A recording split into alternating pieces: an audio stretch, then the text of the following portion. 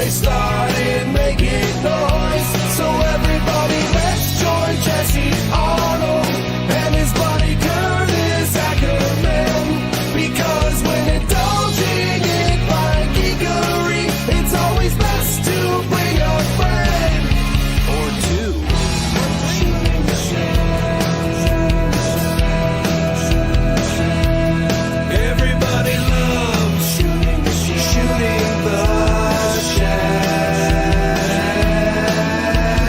Let's start shooting the shell. You're gonna love it now. Let's start shooting the shell. Just might make you say wow. Let's enjoy some fun conversation. We'll be shooting the shell around the nation.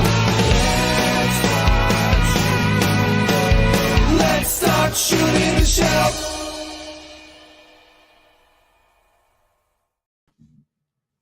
Good morning, everybody. Welcome back to Shooting the Shelf on the Just Shelve It channel. It is, I forget, Curtis, it is Legacy episode 135, episode 5 of season 4.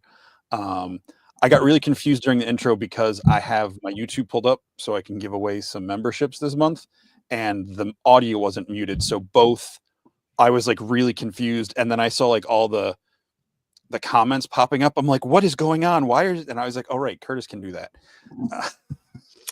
I told you before the show, the one thing I did not want to do was show my hands to anybody. And then I just did. We weren't a minute into the show and I was showing my hands. I can't say that was a goal. It was internally, but not accidentally. So good job me and bad job me. Yeah. So for those out there watching, I just made a video and I was doing some painting and stuff before this, and I got paint all over my hands, and I was like, oh, I hope I don't show my hands to everybody. And yeah. Cheap plug, Curtis. Why were you making a video about making you did that whole like what episode is it? And then you're like, oh, episode 4, episode 5, season 4. And so I had to do a 5 and a 4, and then I'm like, I just fucking did it. Like I think you accidentally forgot what episode it was so that I would show my hands. That's what I think. No, I was trying to pull up the legacy number. So Curtis, why don't you tell the people why you were making a blackwash video? Because I'm doing something I said I was never going to do, which is repaint a McFarlane figure. But yeah, and sorry, that was teeing you up to make a cheap plug for your channel. Oh yeah, for my Art by Akerman channel. So I figured I'd show people how to make a blackwash. So I knocked out a little video right before this. So nice. Yep.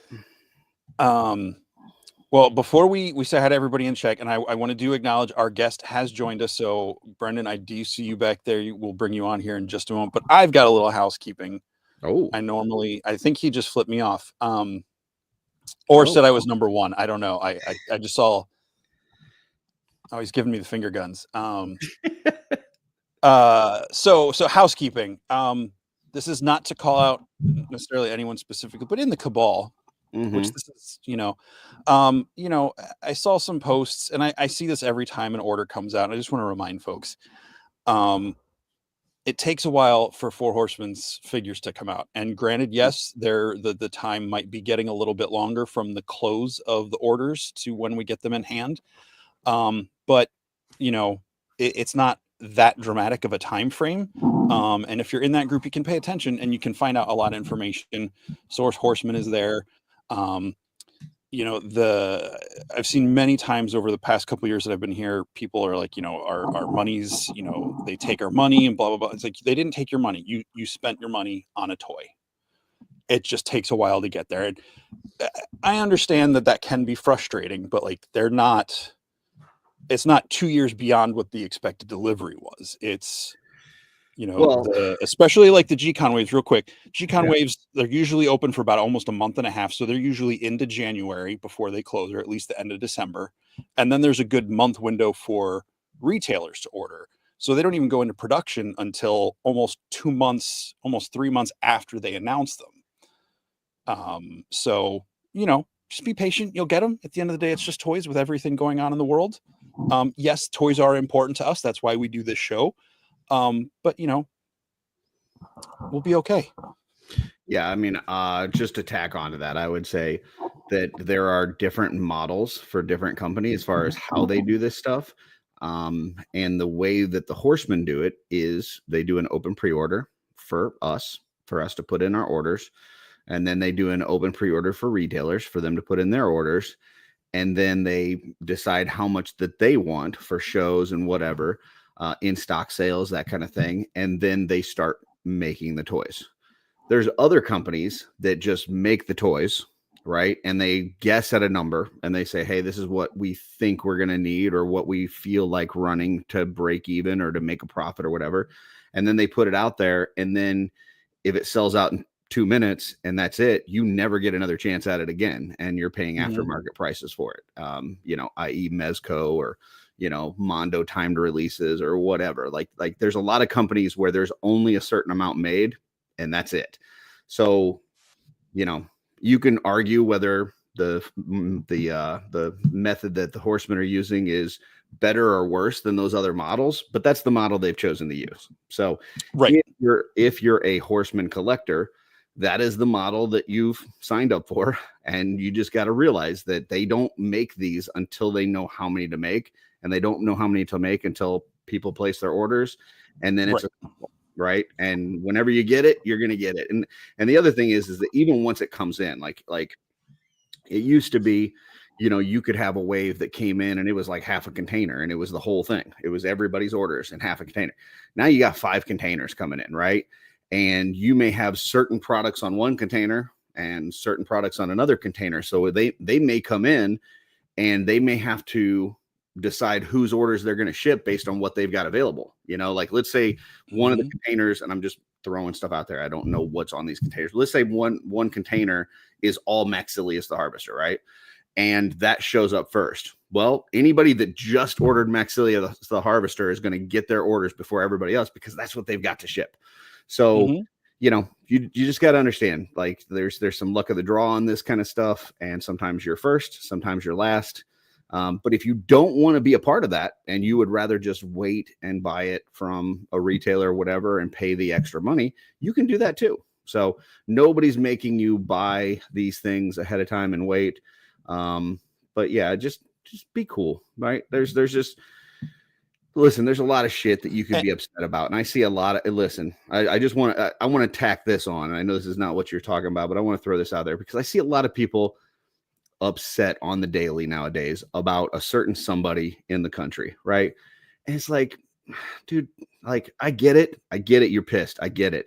But do you have to live pissed every day? Like just try to find, we're talking about toys. We're talking about things that make us happy. We're talking about nostalgic things.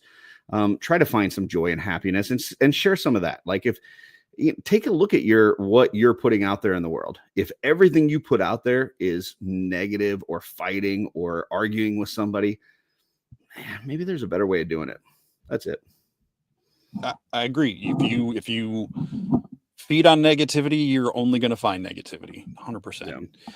And for the record, that comment was not about people who are new asking that don't understand. It's more to people who have been around, especially in the group, and you know how this works. Now, if you don't like it, that's one thing. Like if it's some, but just be cool. Speaking of being cool, I know we normally shout out a lot of guests in the chat and we see everybody out there, but we've been jabbering on for about 10 minutes here. Let's bring our guest on tonight. Yeah, before he flicks you off again. Yeah, I'm pretty sure. I don't know West Virginia Sign Language, but I'm pretty sure I got a couple of nice gestures while we were talking there. Speaking of someone who doesn't pre-order Horseman stuff or ever get Horseman stuff, folks, give a round of applause to our guest tonight, my longtime friend, going on almost 28 years, something like that. He's like, no, don't say it. I'm just going to keep talking about him so we can see him. Everybody, welcome Brendan Gallagher. What's going on, man? Hello. How you doing? Good. I'm pissed, actually. Oh, okay. That's cool. No. Are you sitting in a throne? What? It does look like that is a nice chair. Would I have a throne to sit in? Yes. I mean, I do, but mine's porcelain. Yeah. So yeah, no, dude. 28 years. 28 years we've known each other. That's crazy.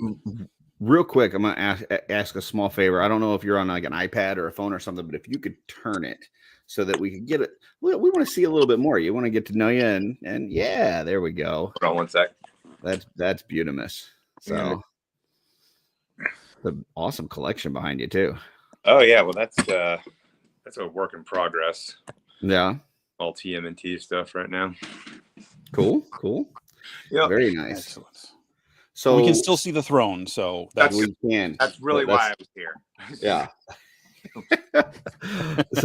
so okay. So you guys have known each other a while. Tell us, like, how did this come to be? Like, how did you guys meet each other? I get to tell the story. All right, so here we go. So we met at college, and I was sitting in the lobby of our dormitory. We actually were, at that point in time, were we right across the hall, Jesse? no, I was at the other end of the hall. Oh, that's right. You were. You moved down towards us later. Anyhow, I walk out in the lobby, and there's this kid sitting there, long hair, well, like that. And he says to me, "Hey, man, where are the ladies on campus?" And that was how our friendship started. Now, the story gets better from there. I had this whole like dream of never skipping a class in college, and I was going to be the guy who went to every class. I was walking, and Jesse and I had a class together, and I was walking towards this class, and Jesse was walking away from this class, and I said, "Hey man, where are you going? Class is that way." He goes, "I'm going to the comic book shop," and I was like, "That sounds way better than class." And so I went with him to my very first comic book store, because I lived here in West Virginia where we didn't have a lot of comic book stores at that point in time, and I'd never been to one, so every comic book I had was basically through the old mail system. And so that was the first time I'd ever been to a comic book store, and I spent way too much money that day, all because of him, and I've been spending way too much money ever since then, all because of him. That sounds like a Well- thank you and I'm sorry moment. Yeah, he was my drug dealer. Essentially is what Yeah, I'm- gotcha. yeah. You're welcome, and you're welcome. Yeah, there you go. Well, I do have a question, because Jesse a while back had mentioned something that he used to do. I don't think he does it anymore. And since you've known him a long time, I'm thinking there may be a chance that you've witnessed this. He told me at one point that he used to play some beach volleyball. Have you witnessed such a thing? Oh, no. We played beach volleyball. Okay. Now real quick, because when he has told me this story, in my head, I'm picturing Val Kilmer's body with Jesse's head on it, totally glistening. Like, is that real? Is that kind of how it went down in your mind? I'm going to have to dispel some serious fantasies that you're having right now. Wait, before you say anything, I didn't do anything to pitch that image to him. I just said beach volleyball. Yeah, Okay. but I mean, if you tell me beach volleyball, that is immediately what happens. Let's back the train up. Yeah. Volleyball in Missouri. Okay. Okay. So let's make that clear. Well, I And- live in Missouri, so I know what you're talking about. Okay. So Springfield, and we would play, and as you know, the weather in Missouri, it could be 30 degrees one day and 80 the next day. Yep. So we'd be playing beach volleyball in January. As soon as we got a chance, we'd be out there. And we actually our friends built the volleyball pit that we played in. And we had one guy who was like a semi-pro, and like if he hit the ball, you had to get out of the way because you were going to And die. that's Jesse? No. This was Samoan. He was a Samoan. And Craig. Greg, yeah, you do not want to get in the way. No, just let me. I will give you the image of Jesse playing volleyball. Have you ever seen an orangutan Yes, I have. with a bucket hat on? No, I have not. Okay. Well, now if you can picture an orangutan with a bucket hat on and maybe a shirt almost identical to the one he has on right now, that's pretty. I didn't wear my flannel when we were playing in the sand court. Okay. But yeah. So that's pretty much how that looked. Interesting. I did almost kill a kid though. Yes, true. Oh wow. We got to hear this now. So Sophomore year, so it's fall semester, second year back. We really got into it spring semester, freshman year, fall semester, second year. we're there, and this freshman's on there in front of us, and he's kind of tall and gangly, and he's a little socially awkward. Not that we all aren't to some degree, but he was a good kid. But anyway, he's in front of me. We're on the same team, and I don't know. The ball came at me, and I made a fist, and I thought I was popping it up over the net, and it went straight. He like turned around and just saw the ball come straight at his face, and he dropped like he got shot. Yeah. And then he flinched anytime I came near him for the next year. Okay. It was a dangerous time. It was a dangerous time. The late 90s. Were you guys like always on the same team, or did you like choose up teams, or how did that go? It was seriously, we would walk out there and be like, everybody would just go to different sides. And if there was like 6 people on one side and you were the 5th, 6th, you just go wherever. It was a lot of fun, and we got very, very passionate about it. It was very random. Yeah. Very just pick up, unorganized. And we'd play out there until the lights would go out, or we'd have to, or it got too cold. Yep. Get a lot. I don't know how many volleyballs I put up on the roof. I don't think that's where it's supposed to go. Did you get extra points for that or anything? Oh, the number of times, no. The number of times the group, like all 30 people in unison, would yell Jesse because the ball was like gone. Yeah. That actually is the first time people started calling me Thor. Yeah, that's true. Oh, okay. Interesting. We can't talk about the second one on air. I'm not allowed to, because it was in Africa.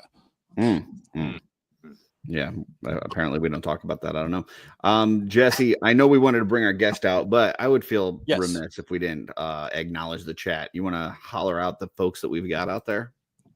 Sure. Chat, I acknowledge you. That's one way of doing it. We got Blake, aka Recon Rage, JMax77, Dave Orkin, I am TJ Williams. The H is silent. Kevin McCoy, Hulessa Morlock, Tanya McCoy. We got both the McCoys. Stacy Lynn, Captain Firebeer Baker, Darla Akerman. Curtis knows her. Oh God, heaven. That's why you had me read them out. It is Carver Custom. So we got all 3 Lynns. Gaisigwe Echevarria. Please take that off. MJ Staten. You got your story, Brendan. I've got my thoughts. Michael Morales. Jin is out there. Articulated Times. Thomas Belay. DK Blau. Kirby. Hank. Arthas is here. JG. Steph Orkin is here. Who else is there? Juan Diego and Benny Torres. That is not a picture of me, Gaisigwe. That was photoshopped. So falsities. What's funny is that I pulled up. Okay, so I pulled up this picture, right, and almost immediately after that, I got that one from Jordan. Great minds. So. I haven't always been this flabby, but I have never looked like that. My body has never glistened. In my brain, it has. So, all right, man. Well, Brendan, not sure if you've seen the show, but at the beginning of the show, we do a little thing called Shelf Selections, where Jesse and I have picked out some photos that inspired us through the week. So I am going to pull those up now, and we will discuss them. So here we go. This is my first pick. This is from The Amazing Mercury. And I think what this is in the front here. You've got somebody that tried to offer some Legions Con 2-packs at a really good deal. And in the background, you've got folks from the Cabal chasing after him saying, "You are a scammer," without any sort of proof or reason for it. So I'm pretty sure that's what's going on here. Yeah. Looks good. Very good. Well, I'm taking this as a different story. I mean, this is clearly Brendan running away from me, trying to get him into Legions. It's going to happen. I mean, you tend to bring all your Star Wars fans into Legions anyway. So it's only been one so far. Curtis, I got Tyler over here. So I have 6 kids. They're all like 30 something, aren't they? No, like 3 of them are sort of out of the house. Well, any thoughts on this one here, Brendan? Honestly, that looked like Jesse running from girls on campus. I think I'm gonna really enjoy this episode. I thought you would. Yeah. But in all seriousness, great use of the creature. Love the whole, like, the archway there, the snow on the ground, the background. Obviously the people with the torches looks great. So amazing job. I'm always impressed by anybody who can do these types of shots. It's always amazing. Absolutely. Yeah. Next one is one of Jesse's. Well, all jokes aside, that last picture was great. You don't have to go back to it, but it's great. This is from our very own Thomas here in the chat. This is, is this sod cutter or something or other, a Mesco figure, I think. I don't know what it is, but it's awesome. Just that face, the lighting, the colors, it just really screamed creepy and awesome. So I had to pick it. Yeah, it's definitely creepy awesome. The figure itself, but also I love what he did with the lighting coming from the lantern there, and then the green kind of smoky-ish lighting in the background. It looks really nice. So yeah, great job. It's very, very impressive. Honestly, if you want another Jesse story, which I'm all I so do. This actually reminds me, when we were was it our sophomore year that the boys built the stadium seating? Yeah, no. Junior year. Built the stadium seating. We had a PlayStation. And this was the first time I had ever seen Resident Evil, the original game, played, and we would turn off all the lights, and you'd have 4 19-year-old boys jumping like little girls when things would jump out of different things. But this Jesse screamed little girl all the time. Whoa. What? Are you denying that? I'm denying. I didn't watch. I came in a couple times and watched. I didn't stick around. That was not me screaming, and that was not in the stadium seating. That was sophomore year in Eric's room. You're right. That was the first. Okay, you're right. I'll give you that. But I will say that you definitely did scream like a girl. Interesting. I have no memory of being in there long enough to get scared by anything. See, that's what I'm getting at. He couldn't. All right. Next picture is one from me. And just a cool, Hush Batman and Superman pick. I love these Mafex figures. And these are just very cool. You got the Superman kind of just like floating there looking down on things with the clouds in the background, and then Batman kind of on that like iconic pose on top of a building. So yeah, I just thought this was cool. This was a new Instagram one for me. This is JMT_collection_. So cool stuff. Love it. That Batman is amazing. Mm-hmm. Yeah, is that go ahead, Brendan. Or is that a custom? These are both Mafex Hush figures. Yeah. Okay. Wow. Yeah, these are great figures. I've not seen them in person, but the shots of these are fantastic. Like, they just look like Jim Lee artwork come to life. So A+ to the sculptors and designers, and A+ to JMT_collection_. There you go. Next one is one of Jesse's, and I'm shocked, absolutely shocked this made it. So look, it's a little fuzzy dude hanging out with a bunch of mushrooms. Why would I not pick this picture? So this is our buddy Dub Trace, Lacerda photo. Just a really awesome, like you've said this every time, Curtis. I apologize if you're going to say it, but I've never seen a bad picture with Thistlethorn. Like every time he's in a picture, it just carries a different story, different vibe. And I just thought this one was really cool with all the little nature bits around him. Yeah. I'm always amazed by how just lifelike this figure always looks every time I see it. Yeah. I mean, it's just an interesting sculpt that depending on how you pose it and what scenery you have, you can make him look like fierce or angry, or like that he's happy, or that he's, you know, just deep in thought. Like it's just interesting. Depending on what you surround him with, you can make him look different ways.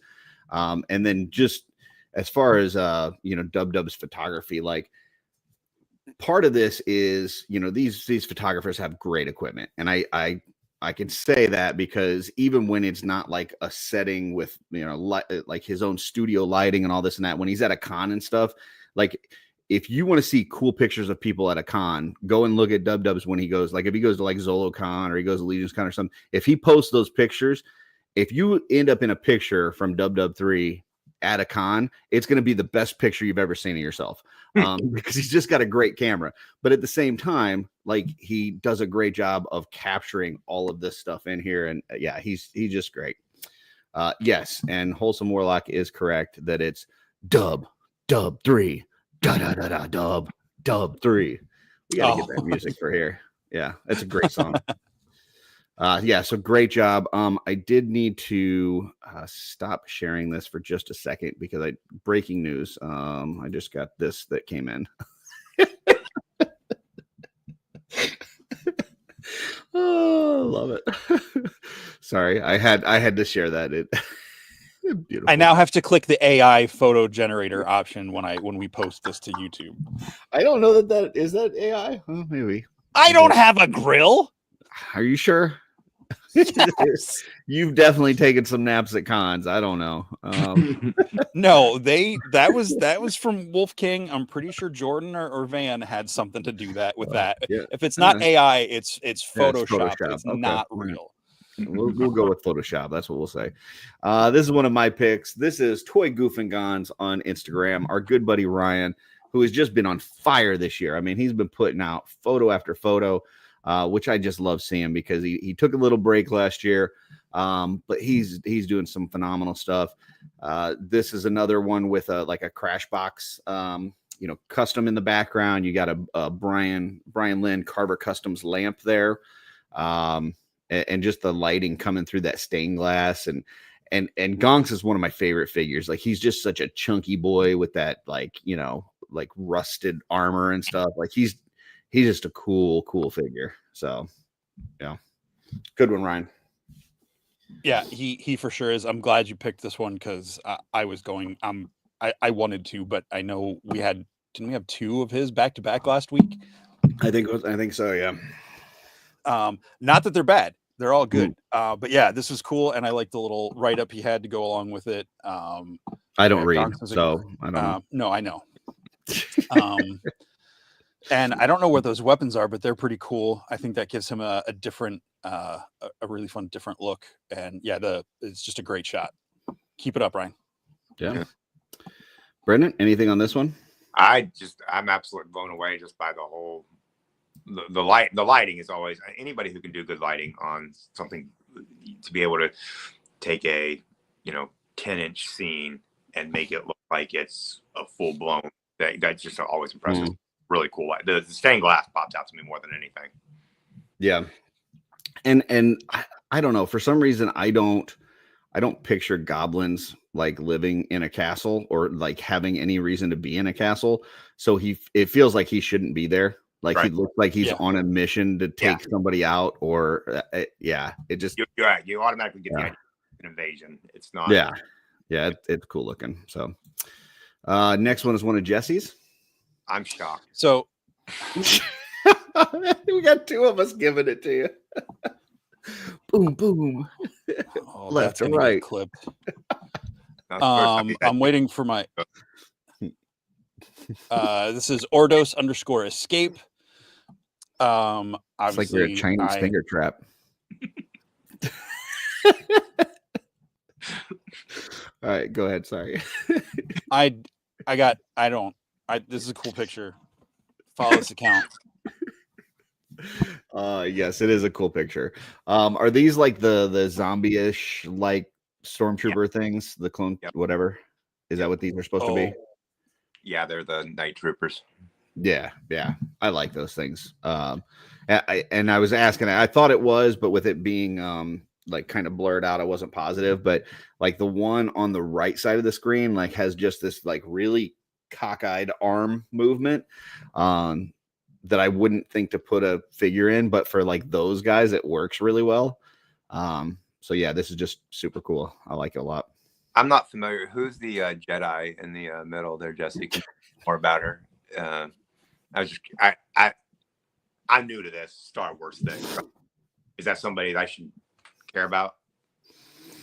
How are you feeling that me and Brendan are going to become really, really good friends? This is, by the way, this is Ordos_escape on Instagram. I said that. I did say that. Okay. This is clearly Shock T from before the end of the Clone Wars. Okay. Gotcha.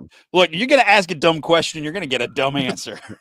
Next one is one of mine. I actually just saw this today. And I love when people modify Legion's parts, like, just, try to mix it up and change it up a little bit, add some battle damage, use it for something that wasn't intended, whatever. So, he did, this is Dio_arts_AK. Did some damage work on this shield and just kind of cut out that opening at the top, as well as some damage on the bottom of it. Great paint job too. He repainted it. I just really liked this a lot. I thought it was cool looking. So yeah, the damage on that shield, I had to do a double take when you first pulled it up, because I was like, that's not an official shield. And I was like, yeah, it is. It is really good. The damage on it is awesome. Do like the colors a lot. And it's a fun pose. Again, it's just, on a desk or whatever, but it's telling a story. It might not be a full elaborate like environment shot, but it's doing what it's supposed to. Very, very cool. Yeah. See, this hurts my heart. So oh boy. Jesse knows this about me. I can't do customs. And by that, I personally can't customize things because I can't destroy things. So like, I the guy who takes it out of the package, and I love it as it is, as God intended, and I just can't. So anytime I see somebody do this to a toy, I'm like, but that now it's ruined. And I know it's not. I know it's awesome. I know it looks great. It looks fantastic. I'm very impressed by the ability to do that. But for me personally, it hurts my soul. But cool. See, I think like something like this, I think anybody can do this. Like. And that's no insult to this gentleman, right? But it's like you're just playing around and you're just cutting stuff out, and if you like, let's say you have in your mind, I'm going to do it this way, and then you accidentally cut it a little bit too far or go a little bit, that actually makes it better in most cases. When you're creating battle damage, sometimes making mistakes actually makes it better. So yeah. It's very cool. Like, I love it. I love how it looks. And if you had told me he bought it this way, I'd be like, oh, it looks fantastic. But you tell me he cut the shield, I'm like, oh no. So. Jesse, you are muted, or you lost your mic. Oh, thank God. Yeah, we lost him because I didn't see the mute thing on there, but he was moving his mouth. Am I here? You're there. You're good now. All right, that's weird. Curtis, I don't think Brendan is saying he's not capable skill-wise to customize. He almost crapped his pants when I ripped open a Star Wars figure out of the package. Like, gotcha. It's the fact that he has so many figures on display behind him that are not in boxes is a huge step forward for him. So I just want him to get some Legions. That's why guys. I'm not pushing him into the customizing yet. Hold on, don't go. He's one of those guys. It's that I buy 2 of everything. Oh, well, then that's fine. Yeah. So my Star Wars collection, which you can't see from this angle, is all down in my lower part of my office here. Mm-hmm. It is half in box, half out of box collection. Okay. But for me, it's actually a little bit of OCD when it comes to customizing, that I just can't. Like, I know how good washes look, for example. Like, I have, I would love to have a Millennium Falcon that has a really good wash on it, but I just can't mentally, like, I can't do it. I know I could do it. I just mentally can't. And that's securities. So anyhow, moving on. Yeah, I mean, we talk a lot on this show that like whether it's customizing, posing, photography, whatever, it's all playing with your toys, and there's no wrong way to collect unless you're an inbox collector, and then you're just wrong. So, yeah, so that's why when I did Turtles, Turtles was like, I'm not gonna. The problem was Star Wars did the whole freaking dios on the side of the boxes that made it. So I was like, oh, I can't do that. And so that started that whole thing. So Turtles, I don't even look at the box open. Oh boy. What?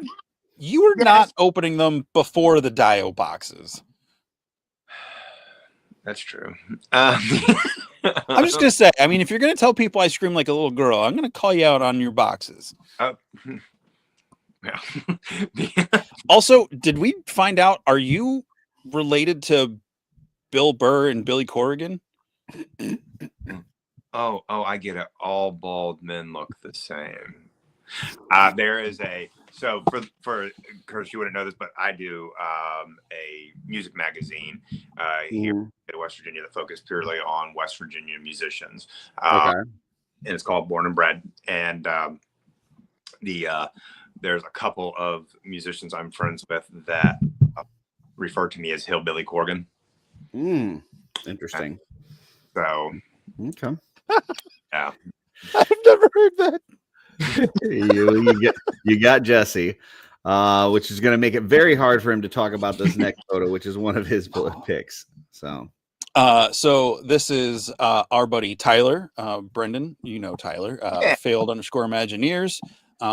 He's made one of the cosmic figures into his Predator tribute. I got this shot because I just really liked the zoomed in shot on his face with the little skulls on the pauldrons and everything, and how he like got one of the axe skulls into his chest and everything. So go check it out. There's a bunch more shots from this custom. He took braids from Bardrick and like one of the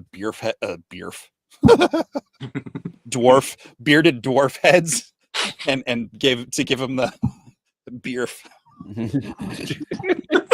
Anyway, it's great. Go check it out.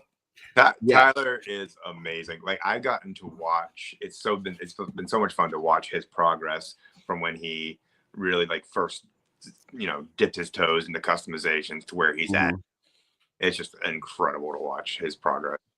Yeah, we talked to him on the show. I guess it was a couple years ago now, when he was, really just doing Star Wars pretty much, and we were kind of talking about Cosmic Legions, and he was a little hesitant and stuff, but since he's been getting into Cosmic Legions, he's been freaking killing it. Like he's just doing a great job. Like this looks fantastic. I did have a question on here though, on those like skulls on the pauldrons. Like something in my brain says I know where these are from, but I can't place it. Do you know what those are off of, Jesse? I don't know. I think he listed out details of where he took the stuff from. It might have been from a Predator figure.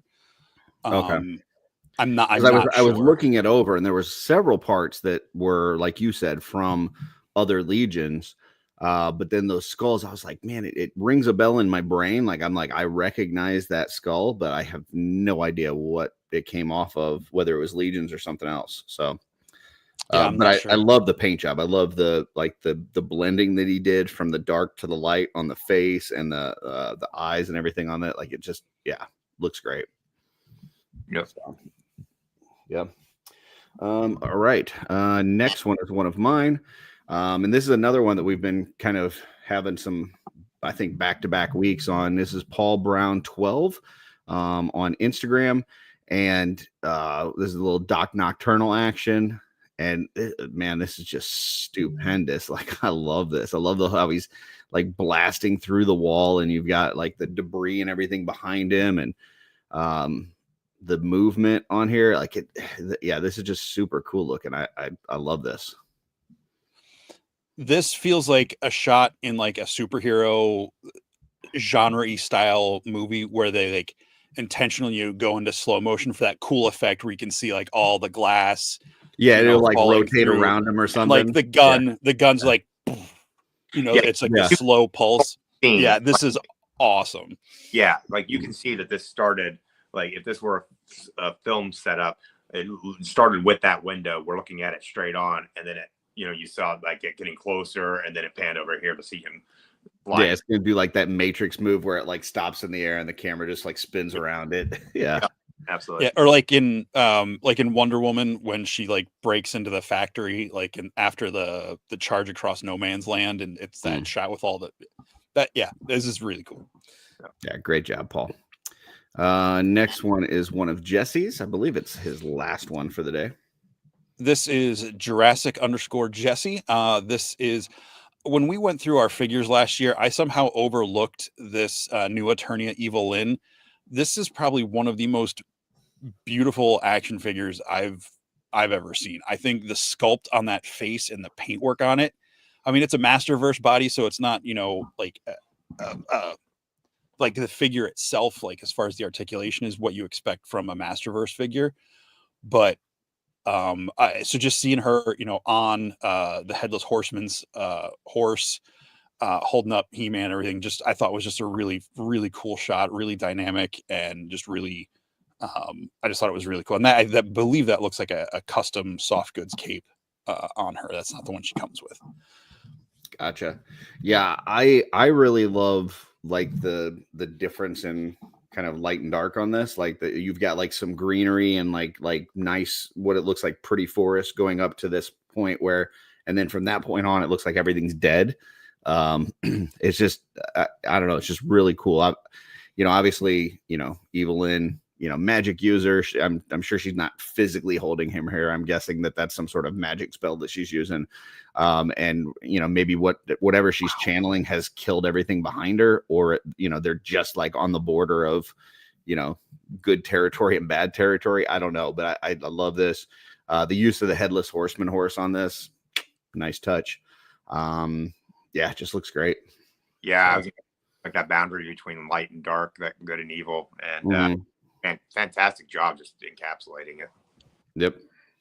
I do want to point out, because I didn't notice this until just now while we were talking about it, the lens flare coming off of her staff. It's really subtle, but like it's kind of that radiant arc around the middle of it. Real quick, we still got one more shelf selection, but I just want to point out next to me here, I've got my drink. And then next to that, I've got the black wash that I just made, and I almost just grabbed the wrong one to drink. So just FYI, if anybody saw me lift up a bottle that looked really disgusting, yeah, I almost just drank my black wash. So, all right, let me put that way over there. Last shelf selection. This is from our good buddy Nate Strong at Corona4 on Instagram. And this, man, just an amazing shot. I love this thing.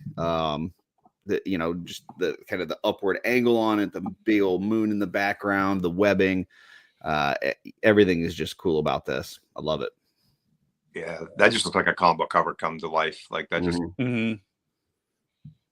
wow. Jesse? Yeah, it's great. Like Brendan said, I just can imagine this as an alternate cover in a comic shop, for a Spider-Man Noir one shot or something. It's really fun. And I can't just help but hear Nick Cage's voice, saying like super moody things.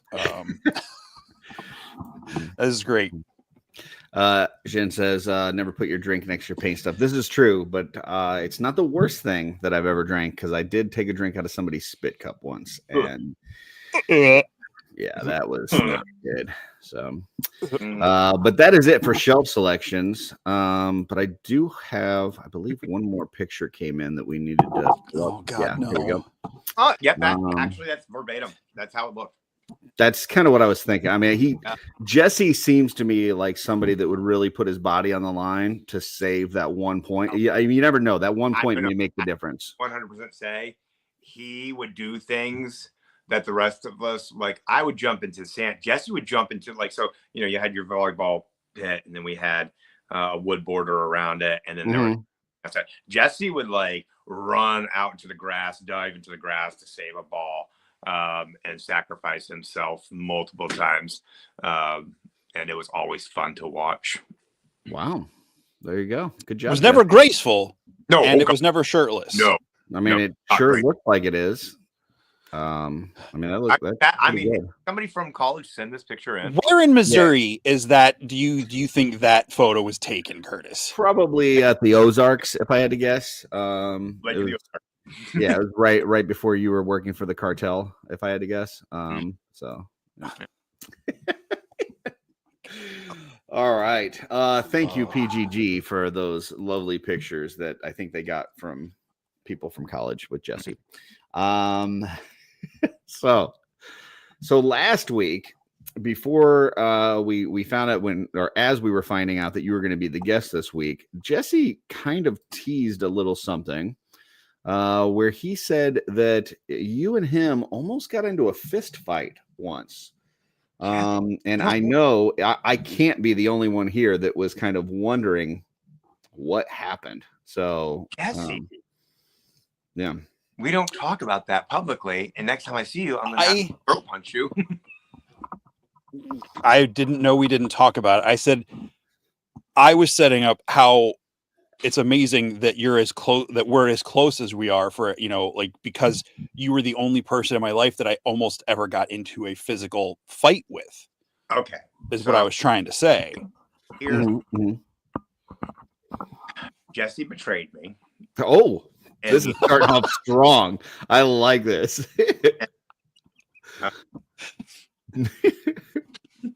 Go ahead. Okay.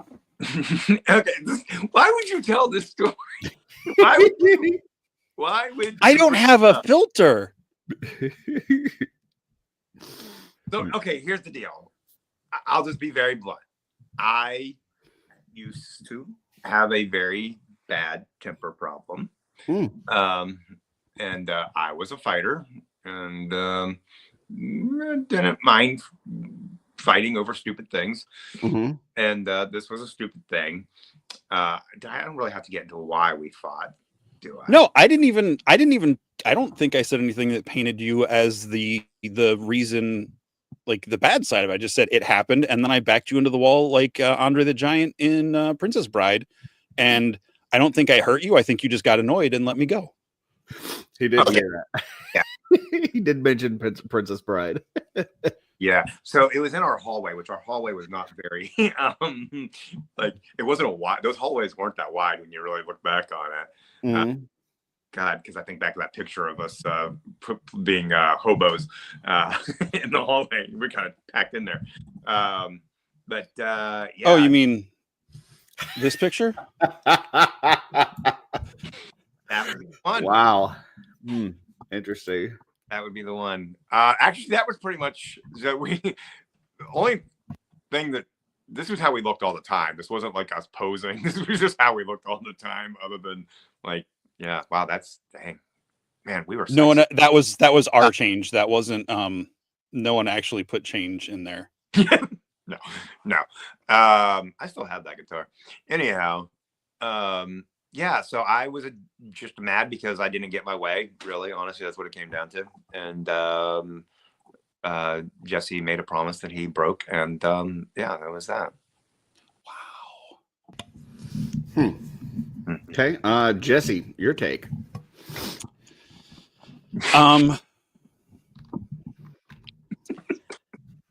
Yeah. I mean, when I look back at it now, I try to think of it that Brendan was mad that I was so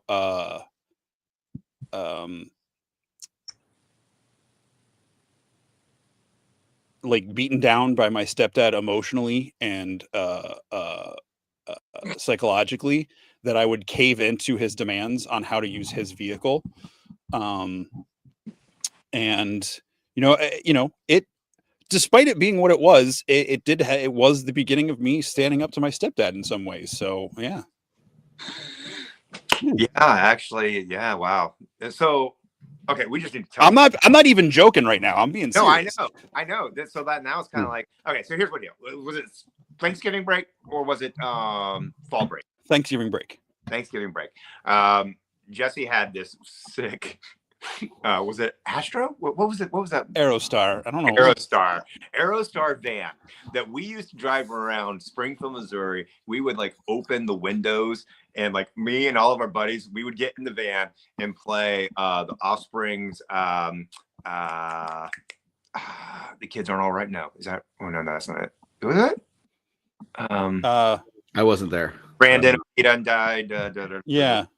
Yeah, kids are all right. Anyhow, we would put the windows down in the winter and do a freeze out drive, and we would turn this song up and drive down the roads in Springfield, just blaring the song. And our friend Eric Spiegel would hang out the window without his shirt on. And if you knew Eric, it's very funny to think that he would do that. You don't remember that? I mean, maybe once. I don't remember it being a regular occurrence of him having his shirt off. It happened a few times. Okay. But, okay. Yeah. But anyhow, so this van was a cool van. Jesse was one of the only people I knew that had a vehicle, and he lived in, well, where he lives now, basically that same area in PA, Eastern PA. And we lived in West Virginia, and he would be coming right through the northern panhandle, and my father-in-law would have been able to pick us up there. And he said he would take us home on Thanksgiving. And all of a sudden like I think 2 days before Thanksgiving, he backed out on it. And I got really mad because I was expecting to go home for Thanksgiving. And then all of a sudden I was told not going home for Thanksgiving. Now, he didn't really tell me that, like, his stepdad was like, you're not going to drive it back and forth long distance on a regular basis. And so he was having that fear. Are we good here, Jess? Like, I mean. Yeah. So he's dead. So you thought you were going to have a good trip in an Astro van. Yeah. You found out Aerostar. that you weren't. Oh, sorry, Aerostar. What did I say? Astro van. Yeah, Aerostar van. And you didn't. And then you guys had a little bit of a squabble because Jesse didn't give you all the information. It's typical what you see like in a drama series, where if one of the characters would just tell the other person what's going on, there would be no beef. But because they don't tell them the whole story, there's like a beef, and you're like, oh, if you guys would just fucking talk to one another. So it's like one of those. Yeah, and we've talked since, and we're bros. Oh yeah. Yeah, no. I mean, this was within a couple months of meeting each other, so it's well, 20 years later, we're still hanging out. So, and I think the cause of it is one thing that people want to know about. Which okay, we got the cause of it, but then the way that it went down, I mean, what we've heard is that, he's basically wearing you like a backpack. So how does that happen? Okay, so first, not remembering is I feel the worst about, and I'm just going to say it, I actually choked him. I don't remember that. Yeah, like you told me that, and dude, it was like, and then he turned into his orangutan self, and pulled some volleyball moves. Okay, spun out of my grip, and I grabbed his back and literally climbed him, and then he just slammed me into the wall. And then all of a sudden, he was Luke Skywalker, and you were Yoda, and he was running through the woods. Yeah. See, the way I remember it was we had the confrontation. There was the words exchanged. The anger was flaring up. And I was like, I don't know how to deal with confrontation. I walked out. I thought we were done. I walked away. And then I hear these steps coming down the hallway. And then there's just the spider monkey on my back. So that was after I choked you. Then you walked away. And then I was like, what did Andre the Giant do? Because he had my arm. My arms were pinned, so I couldn't do anything. Your mind immediately went, what would Andre the Giant do? Well, I was trying to think of scenarios I knew, like that kid in Sweden or whatever that learned how to survive a bear attack because he played World of Warcraft, right? I'm like, I've never seen an encounter like this except for when Andre the Giant's fighting Wesley. And, lover, not a fighter, and I was a wrestler, and that was my background. So I mean, I was grabbing him to take him back, and before he slammed me into the wall. Awesome. And then we Awesome. like hugged and made up, and yeah. No, then you got off my back. I went into Eric and Josh's room, and I was trying to close the door, and then like you kicked the door in like freaking stormtrooper, and Josh got in between us, and like I was like trembling like a chihuahua. Like my body was, I'd never had so much adrenaline pumping through my body. Not that I knew what to do with it. And then Josh was like, you guys need to both calm down. Jesse's in here. Brendan, since he's already in here, you go out there. And then eventually we got over it. This story makes me look very bad. I mean, it's just something that happens, you know, like people like, hey, brothers fight, you know, I mean, that's just the nature of things. So, Well, I tell you what, I don't know. There's a lot of people watching, and some of them I don't reckon. You may have some friends or something like from college, because I keep getting stuff here. I just got this in from those days. So, wow, that's interesting. Sorry, Brendan, you're a meme now. Wow, interesting. I didn't realize you guys were so buff back then. So I had hair. that's the part that's the problem, is that you had hair. Okay, Fine, but I had hair. yeah. All right, let's go through some real photographs. Are you questioning my photographs? Is that what you're doing right now? Yes. Okay. 100%. All right. And for the record, folks, I'm not trying to say Brendan is the bad guy. The situation happened. The bad guy in the story is my stepdad. Yes. That's who the bad guy is. And to be quite frank, we both had daddy issues. So Yes. You know what you should have done? You should have just taken him out your way. Which is you throw a rock at his head. It's not very sportsmanlike. All right, folks. Looks like we're gonna have another Dooch episode where it's just a chair on screen. Oh, here we go. He still has his pink guitar. So yes, folks, that is me playing. I mean, it's not plugged in anything, but we were trying to start a band. Can I say something real quick? I've got to apologize to our guest. I didn't mean to make you feel a certain way or anything like that. I got a picture. I didn't realize that it wasn't the correct picture. Here's the right one. So that is now. Really, that is. Yeah, nailed it. Yeah. So yeah, I'm sorry that didn't. Yeah, the first one was completely incorrect. But look how cool Jesse was. Look how cool he was. I mean, he's still cool. Wait, I don't know about that. This is you on the left, right, Jesse? Yeah. It looks like you've got Atlas on your shirt. That's Jesus. Oh, it looks like Atlas, doesn't it? Okay. Full disclosure. The rest of the story. I was like, how the fuck did you wear an Atlas shirt back then? Okay. We went to a very conservative Christian college. That's the rest of the story. Yeah, and he filmed some of the most amazing Nerf battles of all time. YouTube is still talking about it. So that was for a church years later in a different state. Yeah, gotcha. Yeah, but no, I like in high school, like everything, other people were in like band T-shirts or sport. I wore like Christian bookstore. Break down some of what we got on the walls here. What? Sure. Yeah. That there, top left corner is a band called the Supertones. They're a ska band, and they are still incredible. Don't care. Let's see here. Who's down there? I can't see that one that well.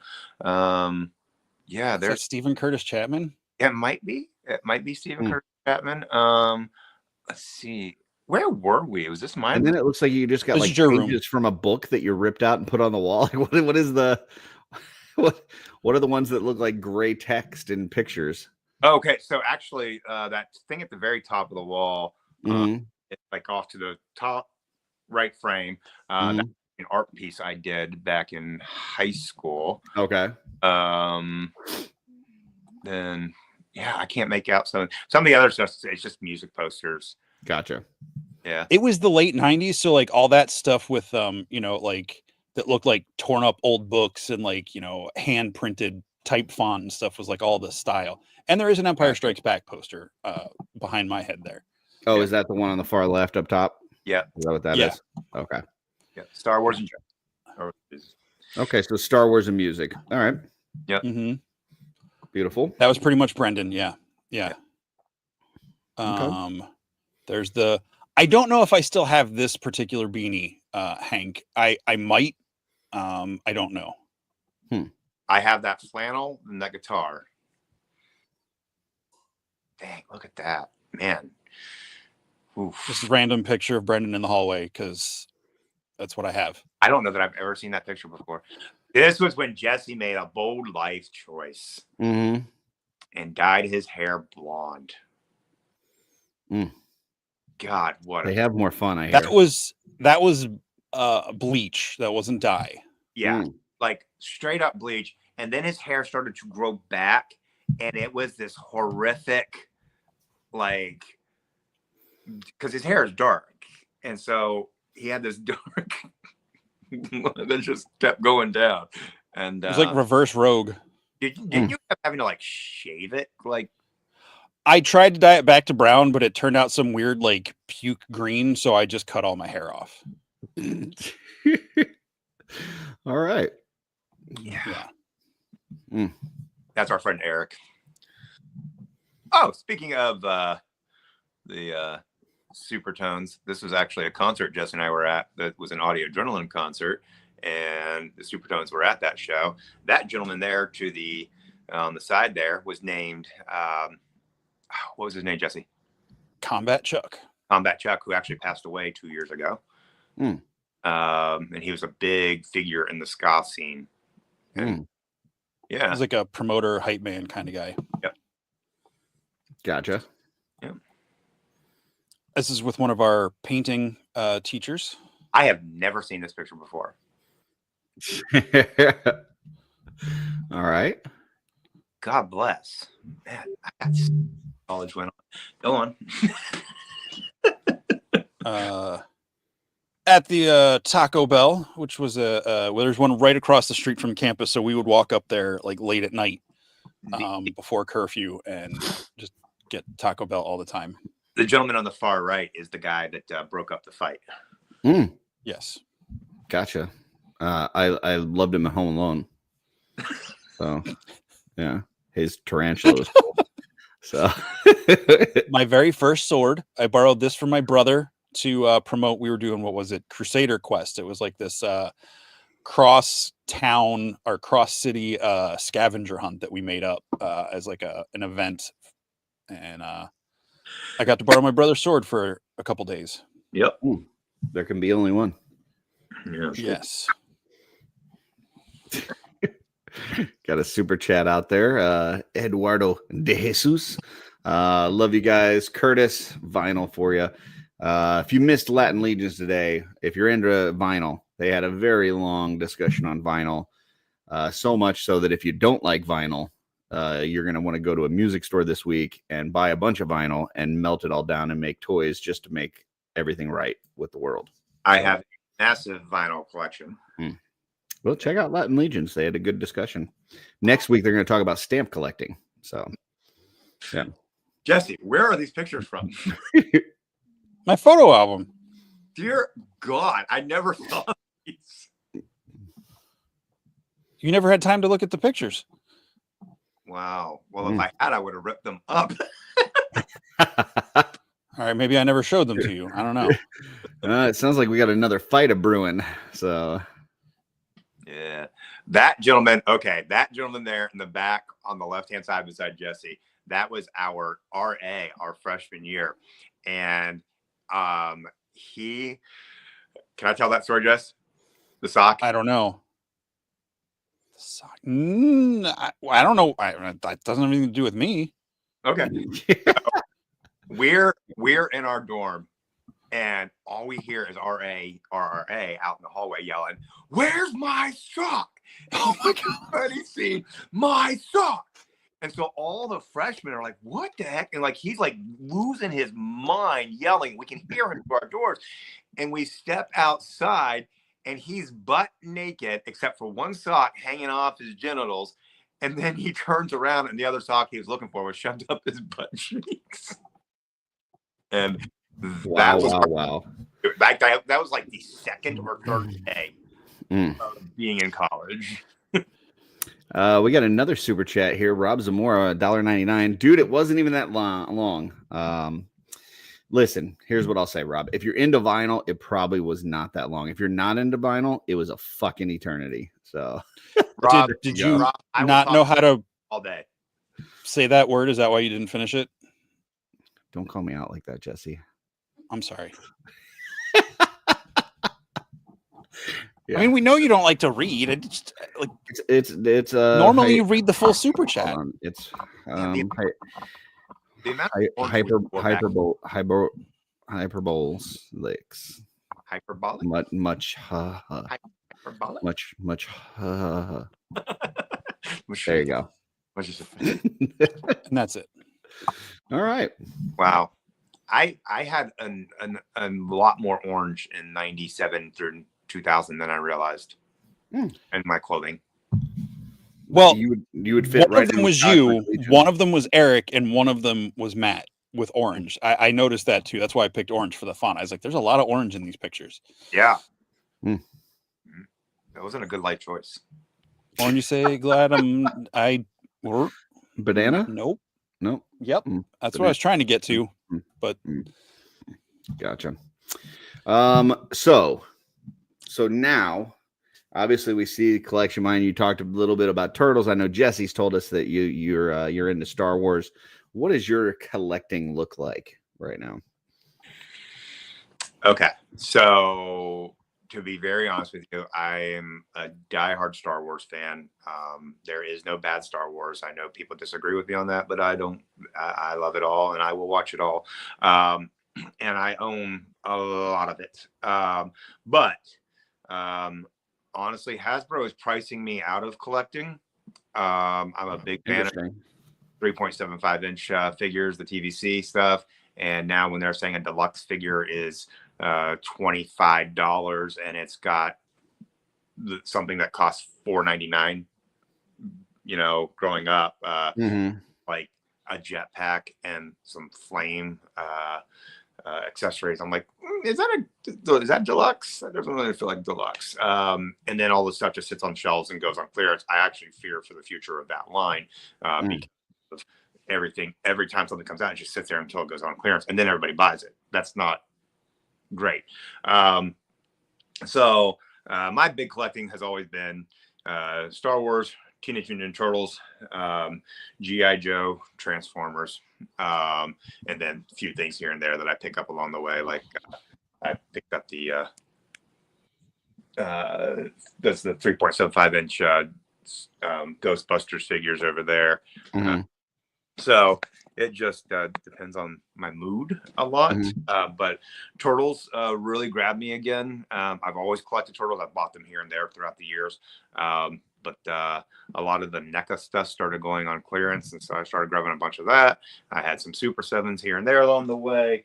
And it's kind of like there's like this small turtle revival happening right now that kind of suckered me in. Yeah, I've been doing a whole lot of TMNT. And I love it because it's great figures and typically not that expensive unless you're buying the NECA stuff. But like the Playmate stuff, I love it. They're like, Playmate is still putting out TMNT and it's all affordable. So that's a big win for me in the sense of like, I don't want to go bankrupt loving my toys. So yeah. I was kind of getting a few. I had some Super 7 and some NECA and stuff on the Turtles until I got the Mezco ones. Once I got the Mezco ones, I was like, these are the only Turtles I'll ever need. Yeah, like, they're so freaking good. I would have to take out or small loan or sell a child. Gotcha.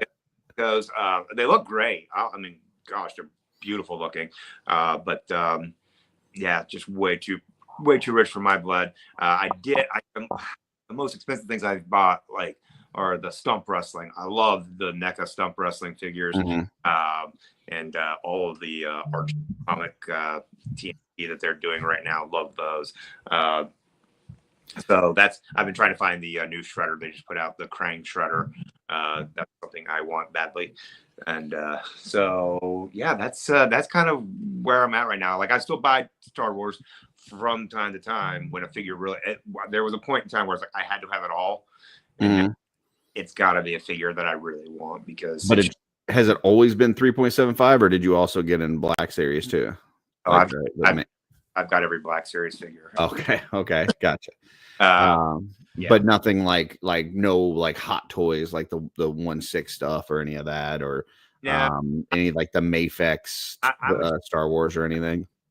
I just like what I knew growing up, and the only reason I started the 6-inch figures was because there was a point in time where that was all you could get. There was no, you know, when they transitioned and they started the series line, that was all you could get for a little bit there. So that's why I got into that.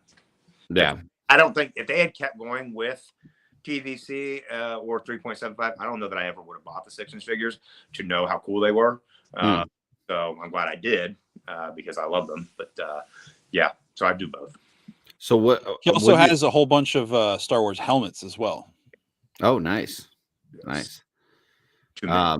What did you say the 3.75 go for? What's the so price the deluxe figures are going for $24.99, and the standard figure is like $16.99 when they're new. Oh wow. Yeah. Yeah. See, like the only thing in the smaller scale that I collect is the McFarlane Superpowers, but they're $9.99. Like, you know, these Star Wars figures should be. Yeah. The fact that they're pricing, there's zero justification for the pricing, and everyone's gonna say, "Oh, licensing."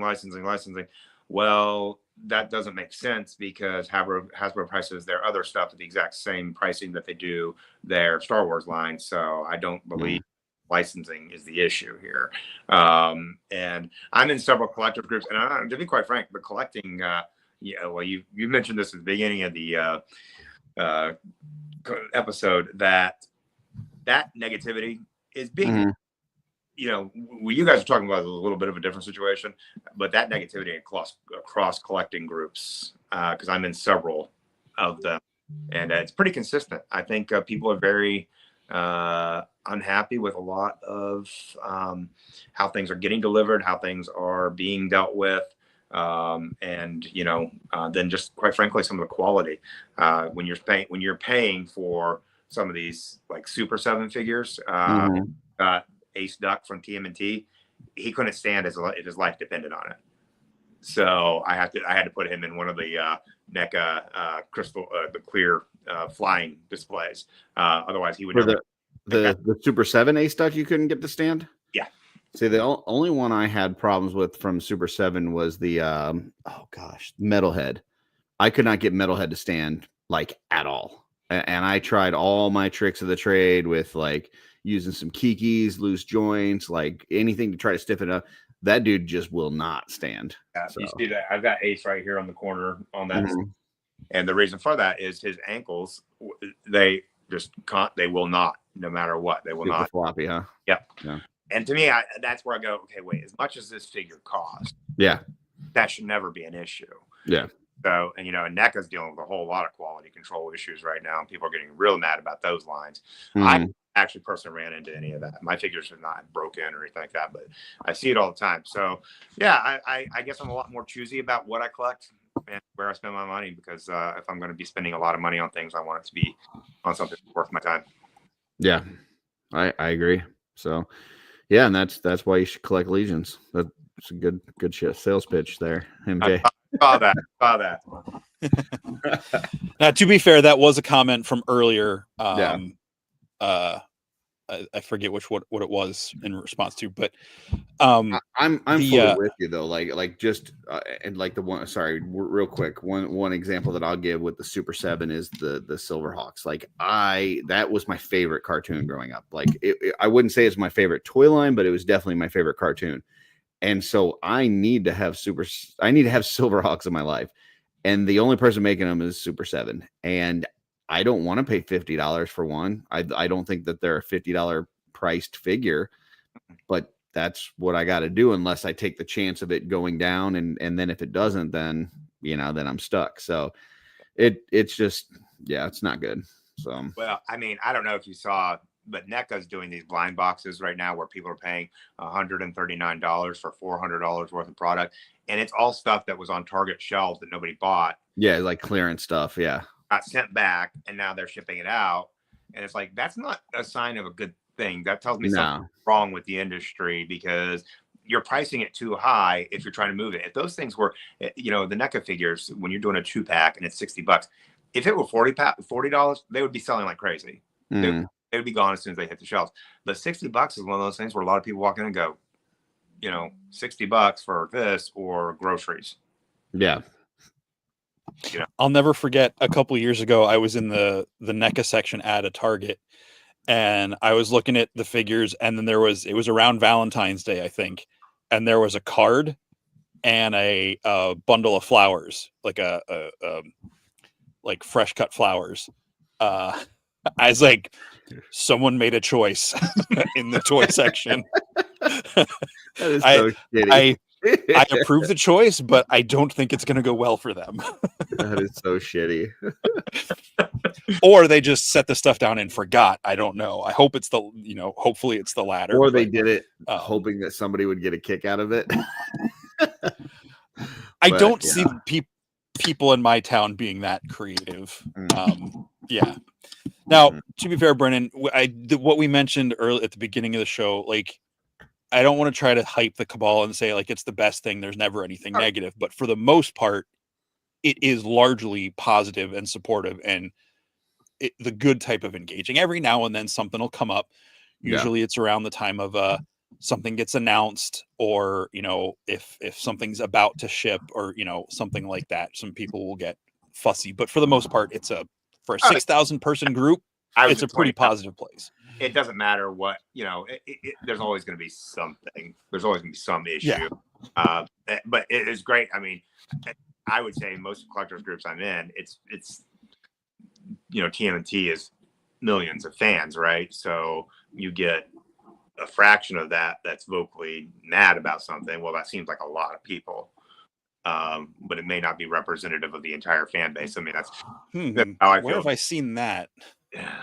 That's how I feel about Star Wars. The majority of people, I was thinking bigger, but yeah. Oh yes. I think with Mythic Legions, you have very few. I think it's a very small percentage of people that are just flat out assholes. They're just like jerks, and then you've got people that think they're doing the right thing, like they're trying to protect somebody, or where they're doing the whole white knighting thing.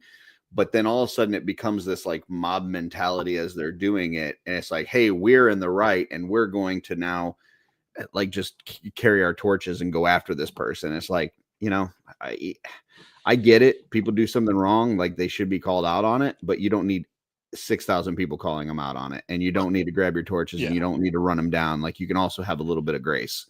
I think read the comments first. If someone else has said something similar to what you're about to say, you don't need to say it. Right. Well, I think what happened with Sonic the Hedgehog. Hear me out. Mm-hmm. When that trailer dropped and everyone's like, "What the heck?" And then the outrage was so big that they actually went back and redid it. Right. Mm-hmm.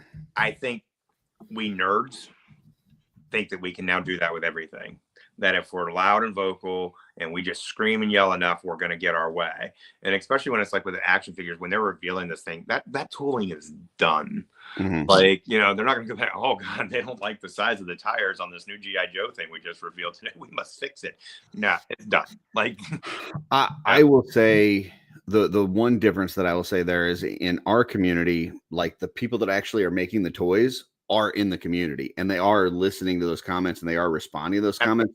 So like if I go into a Joe group and I complain about something, I fully don't expect that Hasbro execs are going in there looking at market research. But when I do that in the Cabal, if I say, hey, you know what, I think this would be really cool if they would have done this one extra thing. Like somebody had mentioned on the dragon that's going to be coming out, like it would be a cool way to save space if you could pull out the wings and then had just like little plugs that you could put into those spots where the wings would be, and just have a dragon that doesn't have any wings. And like, they'll see that kind of stuff, and they may not do it. They may go, hey, it's not, you know, whether they don't want to spend the tooling, or it just doesn't fit in their plans, or whatever. They may not do it, but they'll talk about it, and they will think about it and stuff. And so, you know, yeah, there is part of that out there. I just think we just live in a day and age where people have so much access to shit that they just feel like you, when I was a kid, right? Let's say that you had an athlete that you idolized or something, like you would have to like either go to a show that they were at signing autographs, or you would have to go to the stadium early and try to hope that they were there or something. You know, maybe at some point you might find out like an address of where you could send a letter to like the team, and then they could maybe get it to them and stuff. Now people just like tweet at those guys and they'll say some of the most hateful shit. And like we have immediate access to people that we shouldn't have immediate access to. And it's like every thought that you have doesn't need to be communicated, but we feel like it does, you know? So 100%. And I will say, you know, Hasbro, to their credit, Stevie, who's the director, the creative director for the Star Wars lines, he actually joined multiple of the Star Wars forums. That's cool. And he will flat out be like, "Hey, what are you guys thinking? What are your thoughts on this?" So that's cool to see. Yeah. But still, the price points are just a bit of an issue. So. Yeah, I could see that. I'll use this example, Curtis, of the horsemen paying attention. So I'm not trying to stir anything up politically, because this one has a bit of an undertext to it. A couple years ago, or during the was the All-Star 6, they revealed a horse that has like the classic Templar, like what's it called? Can't remember what like it's called. The what, like the soft goods that you would see on a horse, like the cap for, like, you know, the medieval cavalry or whatever, you know, like the charge. And it had like the hood on the face. Now, as a Templar, so it's red and white. I didn't think anything of it. From the north, blah blah blah blah. A lot of people immediately saw dressage is a type of thing that horses do. That's not what it wears. Dressage is the anyway. And it immediately, a lot of people were reacting to how it evoked the horses that the KKK used. And I was like, that image is so far out of my mind, because I'm so focused on the medieval stuff. And they like immediately pulled the images down, and within a week, maybe the next day, a week. Next day they had a new day, they revealed it on Friday, and then Saturday morning they showed new images. So yeah, it was, and like another example that's not as, you know, politically charged or whatever. Like they, at one point they had started switching to soft goods, and they had done a cloth tabard. So it was like the upper tabard part was sculpted in plastic, and then the bottom part, in the past, we've got like a rubbery kind of plastic that would continue. And they started doing soft goods ones, and some people were upset because everything they had gotten up to that point has been the you know, plastic or vinyl or whatever, and they wanted that one. Plus, it didn't match with the upper part. The upper part was plasticky, and then the bottom part was fabricy. So they ended up giving us both. And it was just like one of those things where they're like, you know what, we're not going to do this for everything going forward, but for this one, we'll go ahead and give you both. And it was just kind of like a cool little thing. So, but they do that stuff. They'll listen, and if they feel like they need to make changes, they'll do that. So yeah, I mean, it's cool when a company listens to that, but I also know that like people at like 3:00 in the morning will be bitching about something and tag Jeremy Gerard, who's the director of sales and marketing. And it's like, you don't need to tag Jeremy at 3 a.m. for something stupid that you're bitching about either. Like, so there's a give and take with that. And I feel like some people, you know, abuse it a little bit. So. All right. Well, hey, that's midnight West Coast time. You know, you should be up and ready for that. I'm kidding, Jeremy. I'm kidding. Not that you're watching this. So anyhow, but yeah, that's just, you know, like I said, I think that's the day and age that we live in, that everybody feels like, you know, if I think something or I'm upset about something, everybody needs to know about it. Yeah. Like, they really don't, you know, like sometimes if you need to vent, like call your closest friend or whatever, get it off your chest, get it out of your system. You don't need to put it out there in the world for everybody. So Anyhow, Mad about everything all the time. Nobody cares when you actually should be mad about something. yeah, that's true. Yeah, it's a boy who cried wolf kind of thing. So Yeah. plus it's just a terrible way to live. Like why always be upset? Like, you know, I get it. I get being upset every now and then about something, but don't live your life that way. That's not healthy. So we only get so many Speaking days of- on this planet. So, you know. Speaking of thoughts, Yeah. I'm going to bring this up. This is one of Brendan's favorite stories from college, and Curtis just recently brought this up in an OffWorld chat. I used to be relatively intelligent. I mean, I wasn't going into STEM or, going to get a Pulitzer, not a Pulitzer, Nobel Peace Prize or anything like that. I wasn't going to get any kind of prizes. Wasn't that kind of smart, but I used to be okay upstairs. And then we had a conversation that started at dinner, progressed back to the dorm lobby, and then I believe into a dorm room after the fact. And one of the main questions was, May I? Yeah. The question was posed by me well before The Matrix came out. I asked the question, is the color of red that I see, the color of blue that I see, the same color of red and blue that you see? And Jesse's brain literally just like, I watched it fry. And that was the end of his intelligence. And from that point on, it was, and to this day, like, I will send him allusions to that question, and every time I do, he blocks me. But yeah, it was one of those questions freshmen in college. We think we're all smart here at school, and I was a little more of a ethereal, esoteric thinker, I might say. And Interesting. I would say more existential.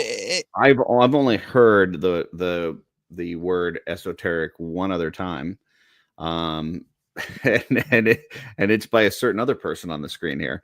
I use that word so often because of him. Gotcha. Yeah. I have a piece of wood on my one shelf over here that was carved in high school on like a laser cutter. It's the word esoteric. It was a wood shop. We had to it was one of the projects we did that year. And I've had that on the wall through college, whatever. Yeah. But to be fair, like, it wasn't just the color question, but like that led into all it was like a 5 or 7 hour conversation. Like, it was intense, and it wasn't just the two of us. There was a couple people involved. Yeah, there was it just broke my brain. And everyone was like throwing out these philosophical questions, and there was a lot of mind breaking that happened in that moment, and I won. That's really all I can say. And the next day, I decided not to go to class. What was that? He said I won. You won, but the next day I decided to not go to class and go to the comic shop. And no, I don't think that was the same day. But, you eventually won in that regard.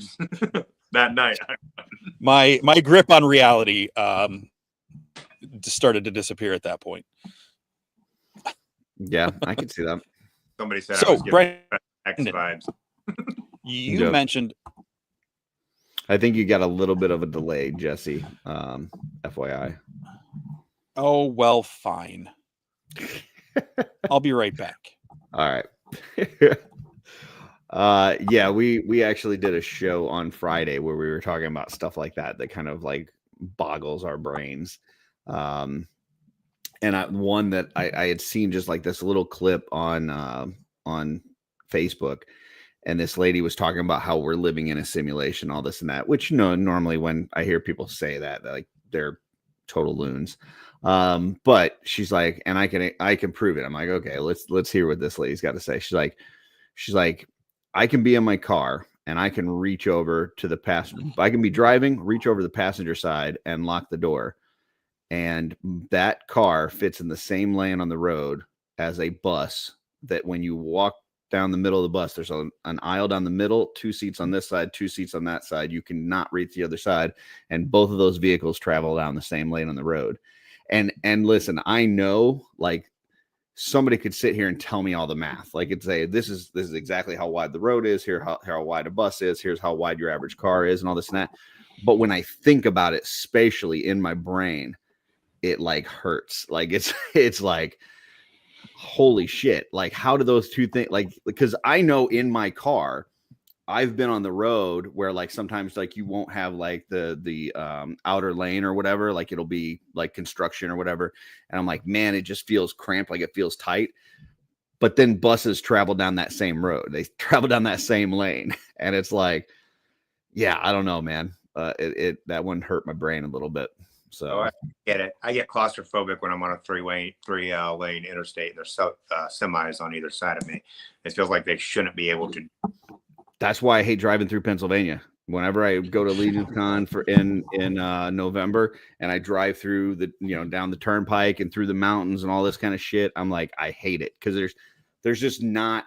It feels like there's no escape. Like, for hours and hours and hours, it's like you're stuck on this tiny thing, weaving in and out with people next to you, and you can't get off. There's like very little exits and just anything that you could just break it up with. Yeah. There's a lot of reasons to hate driving through Pennsylvania besides. Yes, that's true. Pennsylvania. But the way back wasn't bad, because I got to stop and see Jesse's place. So that was cool. Yes. Jesse's place is cool. Yeah. And it's way cooler since the last time you were here, Brendan. Yeah, I know. I need to come over. And he's changed. I just saw it, a couple months ago, and apparently he's like reorganized all his stuff now. So now I got to see it again. Does it all the time. Yeah. He is the most like, I will set my stuff up and it will be that way for years. Mm-hmm. He is the most discontent collector on the planet. Like, he will change his setup every friggin' week if he could. I will say that there is something enjoyable. It's stressful, but at the same time enjoyable about redoing the setup for your collection. Like, just pulling out some figures, dusting them off, just appreciating them, looking at them for a second, and then putting them back in. Maybe you change the pose, maybe you change, what shelf these ones are going to go on or whatever. There is something that's fun about that. Oh, absolutely. I actually just did it with what you see behind me, because it's the area. But behind the throne. This is done. Yeah. It will remain done. Jesse will have a whole nother thing in the next 2 weeks. No, I won't. Look, I wanted to get rid of some stuff. So to get rid of some stuff, I have to make choices and then rearrange. And, I have benefited from these purges multiple times in my life. I'm not discontent. I'm just, look, the fact that I've been living in the same place for almost 12 years, it blows my mind. True. This is the longest I've ever been in one place. Joe Vasapola likes your chair, so good job. Bray says, what's on your first shelf? Are you talking about Brendan's? And I'm guessing we're talking, when you say first, you mean the top shelf? Or do you just mean like your first collection shelf, like in general? Clarify, Ray. Yeah, we need some right. While you're doing that, I want to bring something in. Brendan, you mentioned this earlier, and I want to give you a chance to shout out, spotlight, talk about it, whatever. Brendan is part of a band. He's, like I said before, he's always been into Smashing music. Yes. He does really like Smashing Pumpkins. But I want to bring this in. You mentioned Born and Bred, the magazine. So I wanted to bring this over and give you a chance to talk about this a little bit. Yeah, feel free to go follow us. Born and Bred. If you go to bornandbredmusic.com, it has a link to all of our social media channels. We focus on the amazing music scene that is occurring in the state of West Virginia right now. As a matter of fact, today, one of who we consider to be like the princess of West Virginia music, her name is Sierra Farrell, won 4 Grammys. She was nominated in 4 categories and won all 4 of them. Out Beyonce, so that was cool. And she is a friend of mine, and it's very cool to see her having the success. So yeah, we cover West Virginia right now is very reminiscent of 1991 Seattle. We're just on that. We have a very massive music scene here, and there are a ton of amazing artists coming out of the state, and everyone's really paying attention to what is happening here. And the music is very diverse. It's not, I think a lot of people think West Virginia and they think it's going to be all country. And as you can see, as you're scrolling through there, we actually just did our voters poll and readers poll, and you see rap, rock, country, folk, Americana, metal, pop. We have everything here, and they're all amazing artists. And so it basically function as a Rolling Stone type magazine for the state of West Virginia, and are very, very excited about the current state of things and the future of this West Virginia music scene. So yeah, you can follow us on Instagram, on Facebook, Threads, and you can go check out our website and read a bunch of our stories there. Awesome. That's cool. Very cool. Do you guys do like live shows around? Oh, we have we are a whole media endeavor. We do a series called Stomping Grounds, which actually this area that I'm in right now, this is actually the Born and Bred studio, and there's a huge room out here where we do the Stomping Grounds series is actually filmed here. Those are basically our version of a tiny desk concert. And then we have a concert series that we house at a beautiful theater here in the area. And then I also run several music festivals and do booking for other festivals as well. Awesome. That's cool. Yeah. So I'm all music all the time, pretty much. It's my nerdy toy collection stuff. J Mac says, just don't mention vinyl. J Mac, I was just giving those guys trouble earlier. I have no problem with vinyl. I think it's cool. Anything that anybody collects and they're into, that's cool. I know a lot of folks that really love that stuff. Yeah. So in fact, we were talking on Friday when we were talking about things that break our brain. I was talking about just the fact, like, I don't get how, first of all, how somebody thought, hey, I can make this disc with these ridges and that's going to replicate the thing that guy just said over there. Like that, I don't understand how somebody thought of that. And then like how it works. Like it doesn't make sense to me. The science of vinyl is incredible to me. And I agree with you. It's like when you actually see like zoomed in pictures of the grooves on a record, you're like, and that translates to this, and that's just incredible how that works. Well, and when you think that technology existed like before, like it existed at a point where you couldn't even see that tiny of grooves of detail. Like we didn't have like certain microscopic technology to see. Like I don't know how somebody came up with that. It just blows my mind. And I'll stand this, and I don't know how some of the other people in chat feel, but as somebody who has music that is produced on a top tier level and has my music out on every streaming platform, I have it on every media possible. I will tell you now, my music sounds amazing on vinyl compared to those other formats.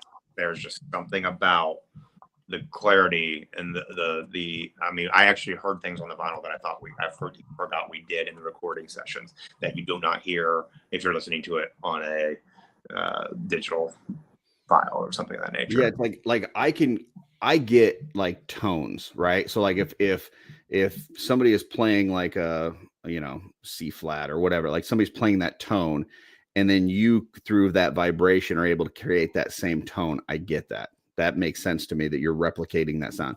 But to replicate somebody's voice and the lyrics and the like, that I don't get. Like that's so unique that it just like, yeah. Totally don't get it. Yeah, absolutely. I understand that. But yeah, so I have a huge vinyl collection, and I'll tell you right now, from my perspective, the best way you can support a musician is to buy vinyl if they have it. It's much more beneficial to us as musicians for you to buy a CD or a vinyl than it is to buy anything else. Streaming's cool. I don't mind it. I'm not somebody who's like, oh, streaming is the end of everything. But if you truly want to support an artist, buy a vinyl. For us on that is way bigger than anything else.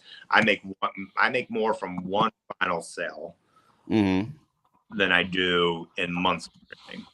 Oh wow, interesting. I mean, that's just reality of it. Like, it's the payout is so low that, you know, we had a show where we opened up for Fastball, shout out if you remember them, and we sold like 20 vinyl that night, and those sales of that were more than we made. Just the profit on that was more than we made in Spotify that whole year. Now, when you're putting together like a cover and stuff, do you have somebody within your group that does like artwork and stuff, or do you like outsource that, or how does that part work? Depends on my mood. Okay. I have in-house. I can do a lot of that myself. But then I also have a guy that I work really closely with on a lot of different things. So it just depends on where I'm at. That's cool. Beautiful. Looks like Jesse's pulling up something here. This is the band page, so I'm assuming if you want to buy some stuff, this is where they would go to do that. Yeah. Best way is to go through there and just message us, email us, whatever, and then we'll handle it. But yeah. So yeah, I added the link in the chat for folks that want to. It should be in the description for the show as well. Well, maybe not this one. I'll make sure it's updated in there. Very cool. Interesting. I described this band as the band I wanted to be in high school and college. Because as you saw in those pictures, you know, Brennan and I were messing around with music back in at the very beginning. That other than me asking where the girls were at, that was one of the other things we bonded on pretty quickly was music. And I am a horrible musician. I wanted to be good, but I'm not going to say that sentence. You're only a horrible musician because you didn't stick with it. No, I will stop you right there. If you had stuck, you would have been good, and we probably would have had a band together. Well, now I just we were at the same level of musicianship when we met. No.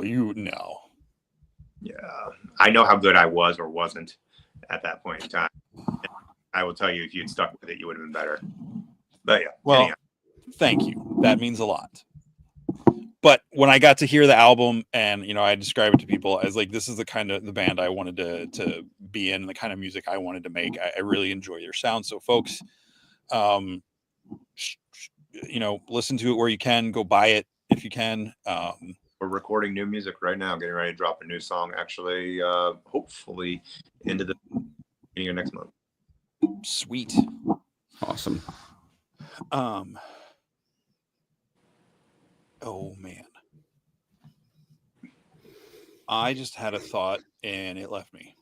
Was it how to get Brennan into Cosmic Allegiance? Is that kind of what you were thinking? I mean, yeah, you know the best way is to put a figure in his hand. Yeah, that's the best way to do it. I think I had a hang up with that because of the way Tyler was about it, because he didn't want to start down another line. He was trying to be responsible. Like, he was so into the Black Series and stuff. You don't want to get him addicted. I mean, were you thinking of just a first hit? Come on.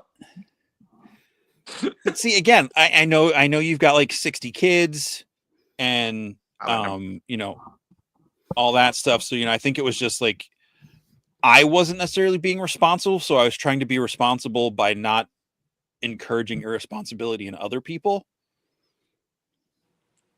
You set me down this road. What are you talking about? You broke my brain. You look. We'll always find a way to like up to a certain point. We are who we are, and we can't blame the other one for why we are the way we are. Like at some point, that tree stops. Well, you're right, because I always had a policy back in college. Like if we'd go out to eat, like sometimes I would pay for the Taco Bell, or he would pay for the Taco Bell, and we never kept track of, oh, you paid this much, so you owe me. We never did that, and that's kind of how we are, even in these things of, well, you did this to me and I did this to you, so we'll just call that even. Yeah. But when it was his turn to pay, you ordered an extra order, cinnamon twist kind of thing. Yeah, that's what I would do. No, I don't think any of us got cinnamon twists. Cinnamon twists are great. What's your problem? Or like soft tacos and just like, Cinnamon twist okay if you like slightly cinnamon seasoned styrofoam. yeah. I love cinnamon twists. They're amazing, man. I realized we never answered Ray's question. So he asked earlier about like your first collection shelf. So like, did he clarify? But like if we were to tear everything down and we had to put it back up. No. Like your first collection. Like what was like the first Okay. thing you had as like a shelf collection? Oh, my first shelf collection. Now, like not the first things I collected, because first things I collect, God, Dino Riders. Did you ever do Dino Riders? Yes, I remember them, but I didn't collect them. Like I collected the heck out of those. Honestly, my first shelf actually probably would have been Star Wars figures as a child. And then even like Jesse can tell you, I had all those cans, the Pepsi cans. Back in college, like I had them all over my dorm room. So I think Star Wars would probably be my first small shelf. Now the first actual, like, oh God, what am I doing collecting? Was the Marvel action figures from Toy Biz. Was that right, Jesse? The original Marvel Legends, the early 2000s ones. Yeah, wasn't it Toy Biz that did those? Yep. Yeah, that was my first like massive, like, oh God, I'm going deep into collecting, was those figures. Okay. Curtis is taking notes. I have buckets and buckets of those. Gotcha. You want to go next, Jesse? Yeah, I don't know. I'd say the first thing like I got for like shelf, like that I would display that way was probably kind of like the late 90s, like McFarlane, Spawn, Medieval Spawn, like that kind of stuff. Was when I first started showing things off, but there was only a couple I had. I guess the first thing that I really got to display that way intentionally would have been the Toy Biz Lord of the Rings figures in 2001 when those started coming out. That fair? Because what about Gundam? That was before that. That was after Lord of the Rings. No. For me, it was. No, the heck it wasn't. You were the first person I knew that had them. In 2000, Lord of the Rings came out after college. Oh boy. Lord of the Rings came out in 2001. Right. We graduated in 2000. Well, you might have. I didn't. Well, no. I graduated and left you behind in the spring of 2001, buddy. Okay. You had shelves of Gundams and what was it? Neon, whatever. I had one Evangelion figure. But you had other Gundams, dude, because you used to buy them and display them in the room. I had those. I don't remember those in the dorm, but I guess you're right. You're right. So yeah, it would have been. All right. So yeah, before that would have been the Final Fantasy VIII characters and Gundam. Yeah. Jesse couldn't graduate because Jesse couldn't pick a major and went to school for 4.5 years and did not become a doctor. Dr. Jesse. Interesting. For me, so I don't know what he meant by first. Okay, then he said, okay, first collection. So when I was younger, obviously we had the stage where we played with toys outside, and like you dug little trenches and you took toys in the bathtub if they're the water toys and all this kind of stuff. The first toy line that I remember collecting that I didn't like play with, I didn't have like adventures or anything, I just truly appreciated the sculpt and put them on a shelf, and that was it, was the Star Trek The Next Generation line, which was like mid 90s. And those were ones that I bought. I opened them up, I put them into a pose on my shelf, and then just left them there, and just loved coming into my room and just looking at the whole setup. So that's the first thing I can remember that I actually built a shelf of. I have to backtrack because I just realized, no, I lied. In college, it would have been Lego. I had Lego shelves in college. Oh yeah. Oh yeah. We did the Star Wars Legos. I had shelves of those. So, well, there you go. Yeah. But like, if I was the other question that I was thinking of is like if I took everything down on my collection, did like a Jesse move, or I take everything down and then I'm gonna put it back up, like what would be the most important shelf to me? What would be the first one that I would put up? And for me, that would be my Mafex Superman, Reign of Superman line, like the whole that follows like all the different Superman that came up when he died and everything. Like that to me is my favorite like collection that I have right now. So very cool. Nice. What about you guys? If you had to like, you know, had to take everything you own and redo it, what would be the first thing that you would put together? Oops. All right. Sorry. You all right there, bud? Yeah, I'm good. I'm gonna take you on a trip. Yeah, that's cool. Well, while he does that, Jesse, you just went through this. Do you have an answer? Oh, Star Wars. Yeah, that's a good one. It would be this stuff for me. Like this would be my. Oh wow. Weird flex, but okay. It's not a weird flex. That is an awesome flex. That is a super awesome flex. Yeah, it is. So, yeah. I knew by the time I started answering Curtis, he was going to be where he wanted to be. So,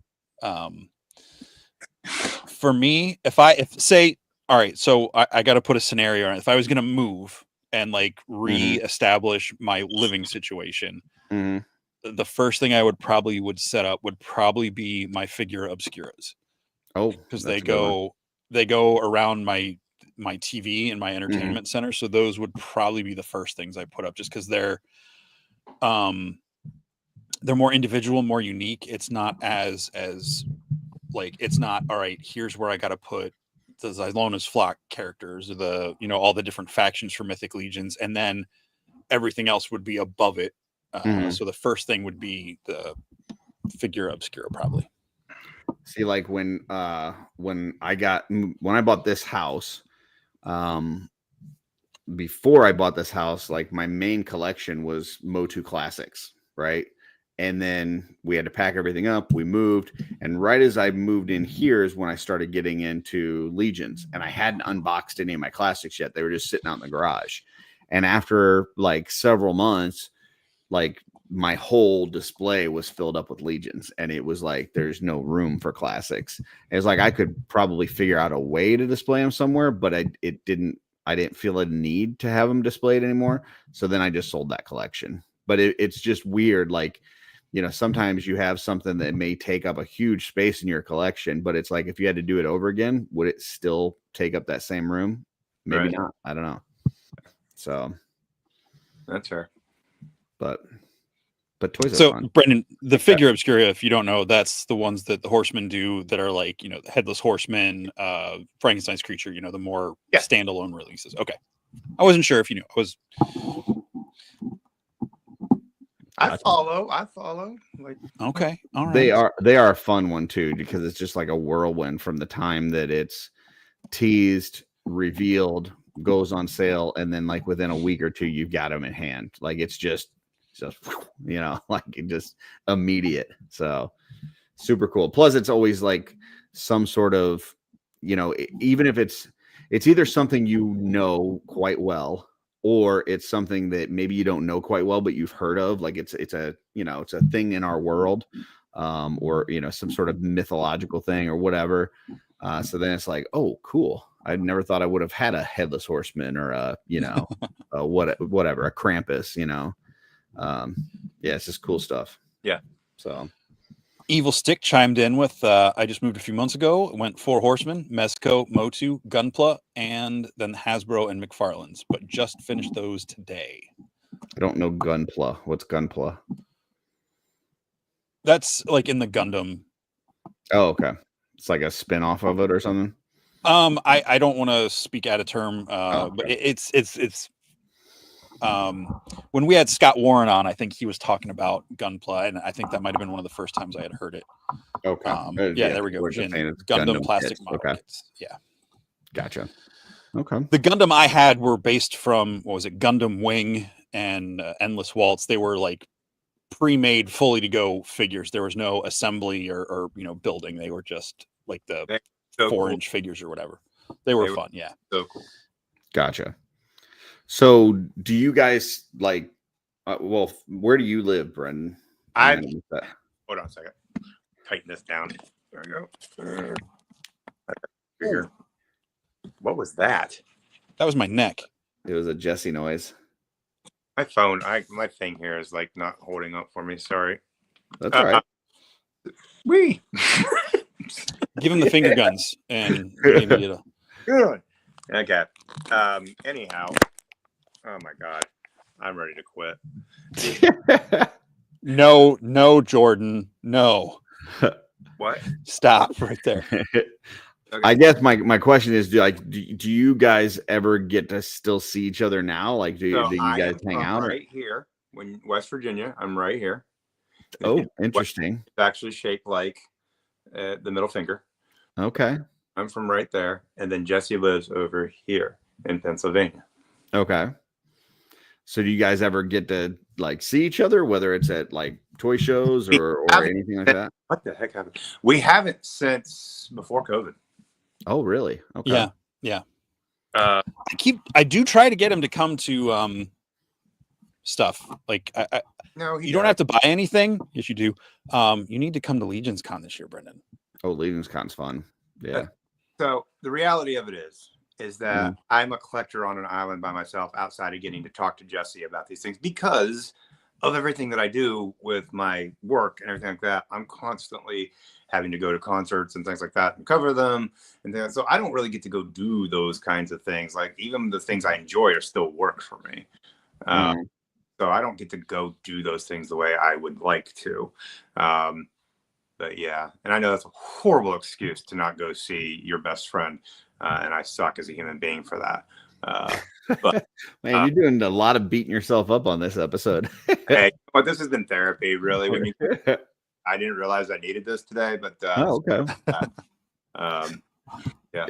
Yeah, I will say, I totally get it. Like it's hard just with everything going on in life to just like travel and do all that kind of stuff. But anytime that you can go to a show, like especially if you're in a toy community, like we're in this Mythic Legions community, you go to any of these shows, it doesn't matter where it's at, but you're going to see some people that and you can hang out with that you just like, I don't know. It's like family. It's like hanging out with family. So, and Legions Con, I know Jesse just mentioned it, but even if you're not into Legions, like it's just a great group of people. Like it's just a whole weekend of just being around really cool people having fun. So, And me. And Jesse.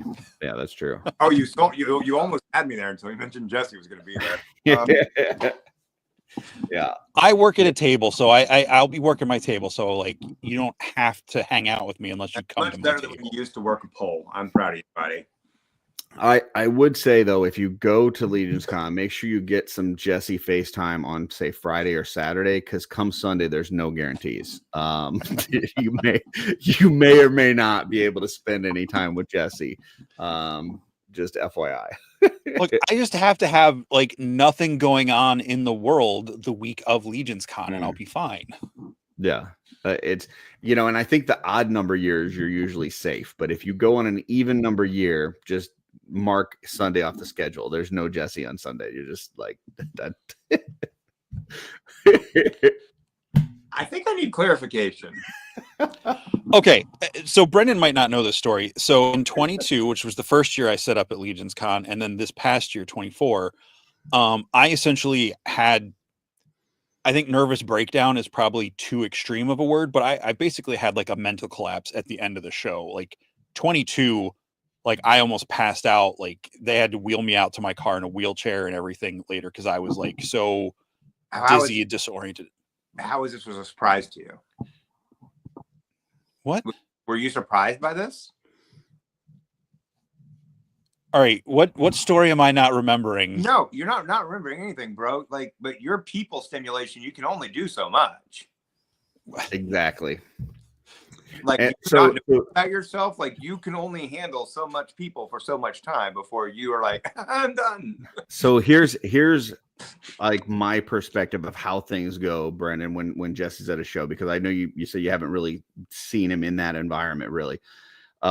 Jesse is like start to finish, like going. He's just fucking rolling, right? So Yeah. before the con even starts, right? He's setting up, he's doing all, he's got an idea of where everything goes. And like people will look at him and they'll go, wow, he is really busy. He needs help. And then they'll be like, hey, how can I help you? And like he will bite their heads literally off. Like he will just chomp down and they're just gone. And it's like they want to help, but by asking if they can help, it's totally just like the worst thing that you could do. Because in his mind, it's like, I only have enough time for me to get this done. And if I take time away from doing this to tell you how to do this, that is taking more time than if I just do this. So I need to do this, even if it's too much for me to do. And it's going to tax my body and brain and emotions. And you just need to sit there and watch me struggle, because if you ask if you can help me, I'm going to lose it. That's kind of my perspective. That is a very accurate perspective. And I can tell you that's extremely accurate because that's exactly how I am as well. And Jesse and I both have this built into our brains of that I'm just going to do it because I know how to do it. And I'm just going to get it done. Mm-hmm. And if I had to, like you said, if I had to stop to tell you, that's just actually taking away time. And that's how I am with my band and my shows and all those things. People will be like, "Oh, can I help you carry your gear?" No, honestly, like, can I help you do this? No, it's not actually going to help me. And so, yes, I know this about him very well. Yeah. And, so then on top of that, you add that it's like a week basically of this, like the event itself is Saturday and Sunday, but on Friday is the setup, and they also do a reveal for the new wave. And then usually Thursday is an intern event that sometimes we get to go to. So it's like becomes like this 3, 4, 5 day thing. So you're spending all this time with people, and you don't want to go to bed because like, hey, these people are down here and I want to talk to them, and I don't only get to see them once a year or whatever. And so then you maybe don't get to sleep when you should. And then you got to wake up early to get everything working the next day. And then they extended the hours of the con. So it started earlier and it ended later, and you're on your feet the whole time, or at least Jesse is. I'm sitting down because fuck that shit. But Jesse's on his feet the whole time because he's got to talk to people.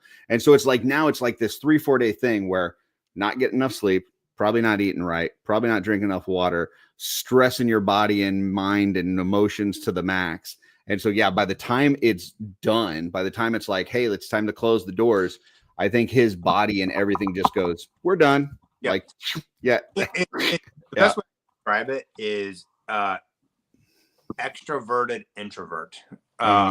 And you enjoy being out there. You can do all that, but then eventually, because of what's actually, I say introvert, but it's actually because of sensory issues.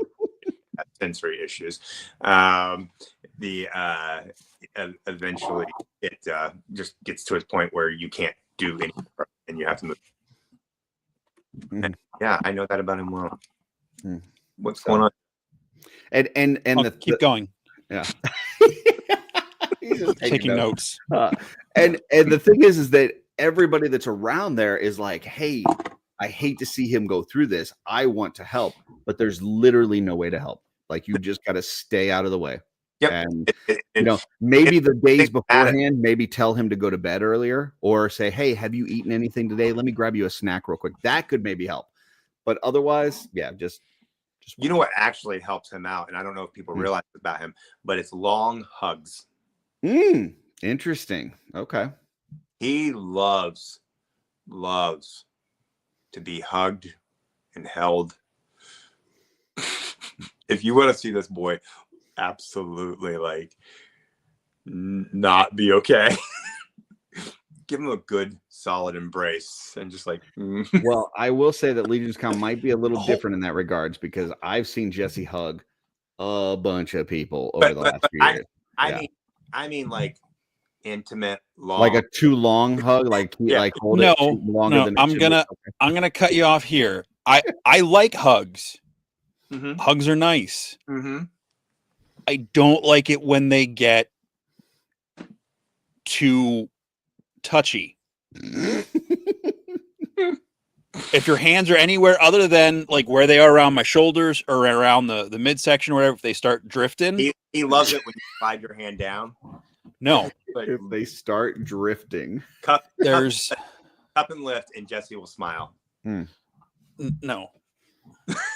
No. very Don't nice. do that to him. Do not do that to him.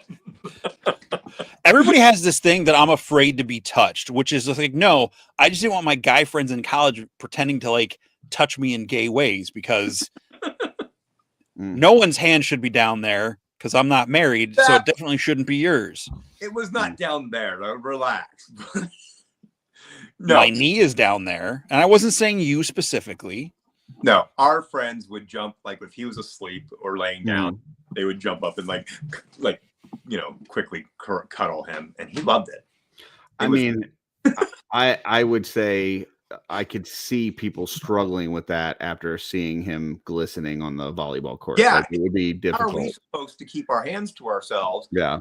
When you've got Val Kilmer out here on the volleyball court. So that's 2 hours, folks. Thanks for joining us tonight. Jesse's met his contractual obligation.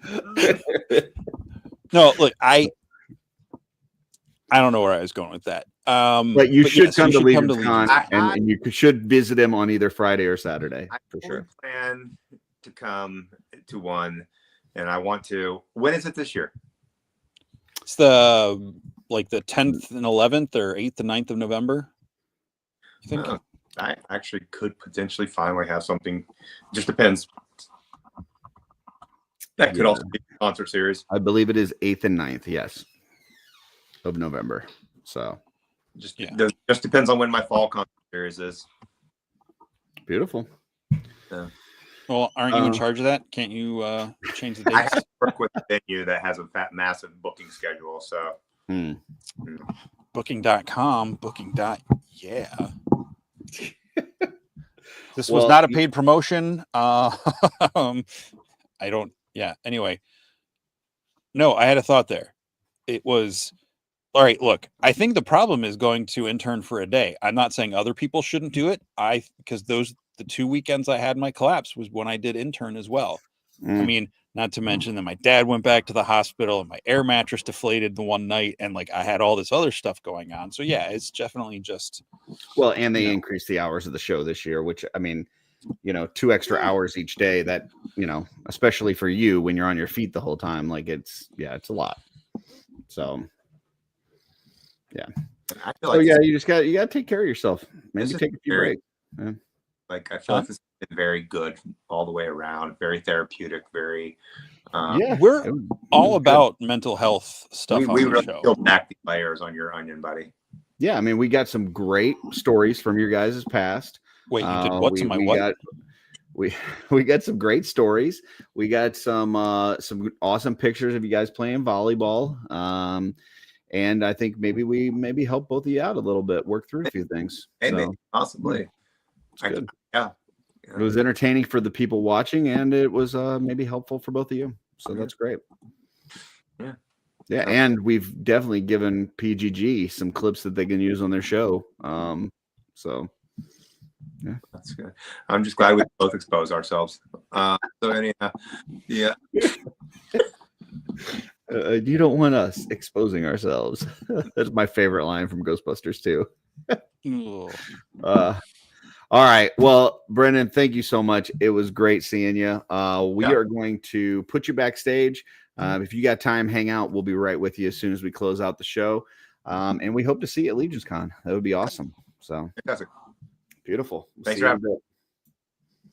Oh, bye. All right, well, yeah, there you go. Jesse, thanks for being here. That wasn't me. No. Chris is like, it's Yeah. bedtime. I need We my. can still I see need you. my. By the way, on StreamYard, we can still see you at the bottom. So if you feel like making any like hand gestures or anything to Jesse while you're down there, you can definitely do that. All right. Cool. I don't know how to read Braille. That was fun. I really like that one. Can we get I like was your hoping you third grade teacher for next week? I don't know if she's still alive. Okay. It would be great if we could. But I But was going to remind everybody to go get their Silver Knight, but it looks like no, it's still up for what, the rest of the hour. I don't know until Jeremy shit cuts it off. So I believe just it, and depends. I know it ends today. For but the folks, direct from the horse. Yes. For direct from the Horseman, $30 for the night, $3.25 for a 12-pack, and $49.99 for the book to ship later this year, I believe, is the my understanding is the end of summer for the book and end of the year for the night is the current projection. Okay. So all right. So yeah, they won't be shipping together, but correct. You can order them now, and they will be available through retailers eventually. Pricing and all that have not been disclosed as far as I know, but you have 49 minutes and counting to go get it at storehorseman.com. And they still have a bunch of in-stock stuff left. So Brendan, if you want to go over there and get some cool stuff, or anyone else, now's the time to do it. For sure. And listen, I think that book, I think if you don't get that book, you're going to be kicking yourself, because I think that's going to be really freaking cool. Yeah, I can't wait. I'm so excited to get that book. So, well, very nice. Yeah, I've heard there's several people that have been going in on the 12-pack. When you do the 12-pack, you save, I think it's $35, and then splitting it up amongst a couple people. So that's a great idea. If you want to, if you want 6 or you want 4 or you want whatever, to just go in with 2 or 3 people, and that's great. Yeah, I think they end up coming down to like 25 or 26 bucks a piece or something like that, or 27, something like that. Yeah. Very cool. Now they will be more. I don't know how much more at retailers. So correct. Yeah, I know they've been doing a better job of trying to bring that price gap together a little bit.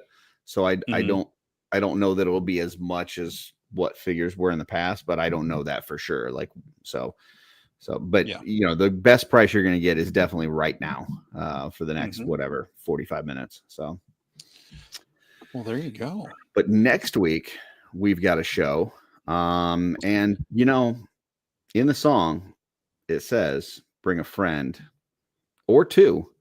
And I want to clarify. I always have you and whoever the guest is, and you have me and whoever this. So there's always at least 2 friends in addition to one of us. So there you go. But next week there's a little thing called the Super Bowl going on. And I know some people watch the Super Bowl, some people don't watch the Super Bowl, some people just want to see the halftime show, some people want to watch the commercials, whatever. We don't want to interfere with any of that. And so we decided, hey, same thing we did last year, let's do an early show. And if we're going to do an early show, that's typically when we say, hey, who can we reach overseas to talk to? Last one we did was, I think, the week of Christmas, and we did the Euro Boys. We love talking to them. So next week we're like, hey, who can we get from overseas that would be nice to have? And we decided to get some Emil Wickman. But not only that, we're going to bring in a good friend of ours as well, Joe Gonzalez. So we got Emil Wickman and Joe G coming in next week. I know for sure we're going to talk some Baldur's Gate 3. Both those guys love that game. I love that game. We're going to talk about it while Jesse just sits there and watches us.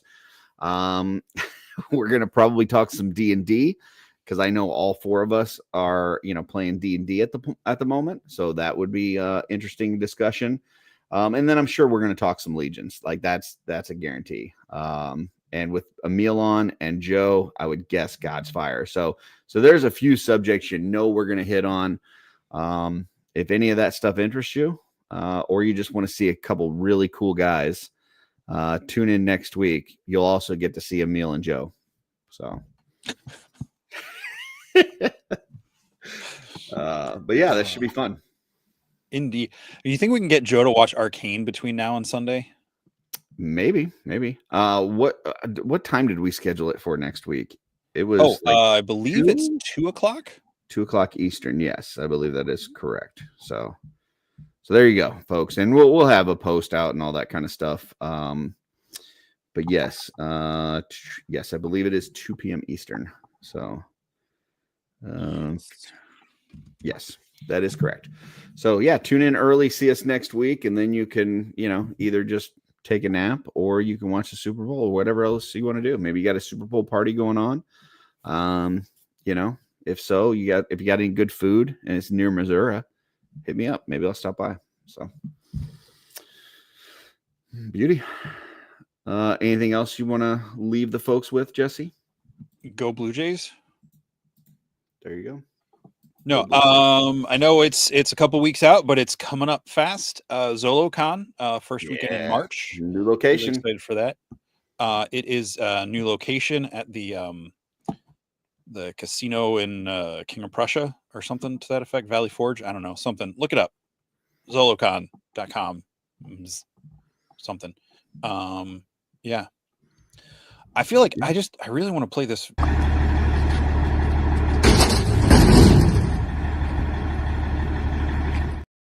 It's weird. I was just looking at that thinking the exact same thing. I was like, man, I don't know what it is, but I just want to hit that chair video.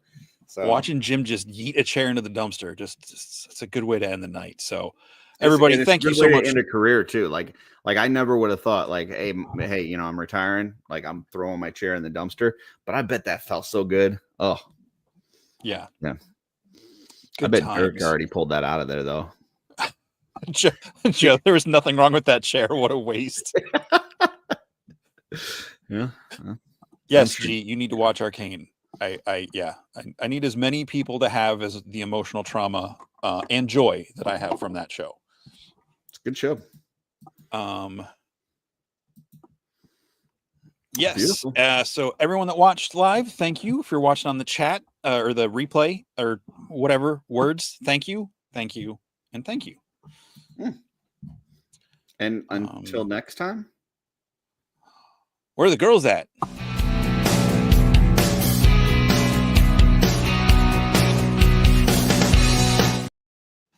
I'm sorry. What's on your shelf?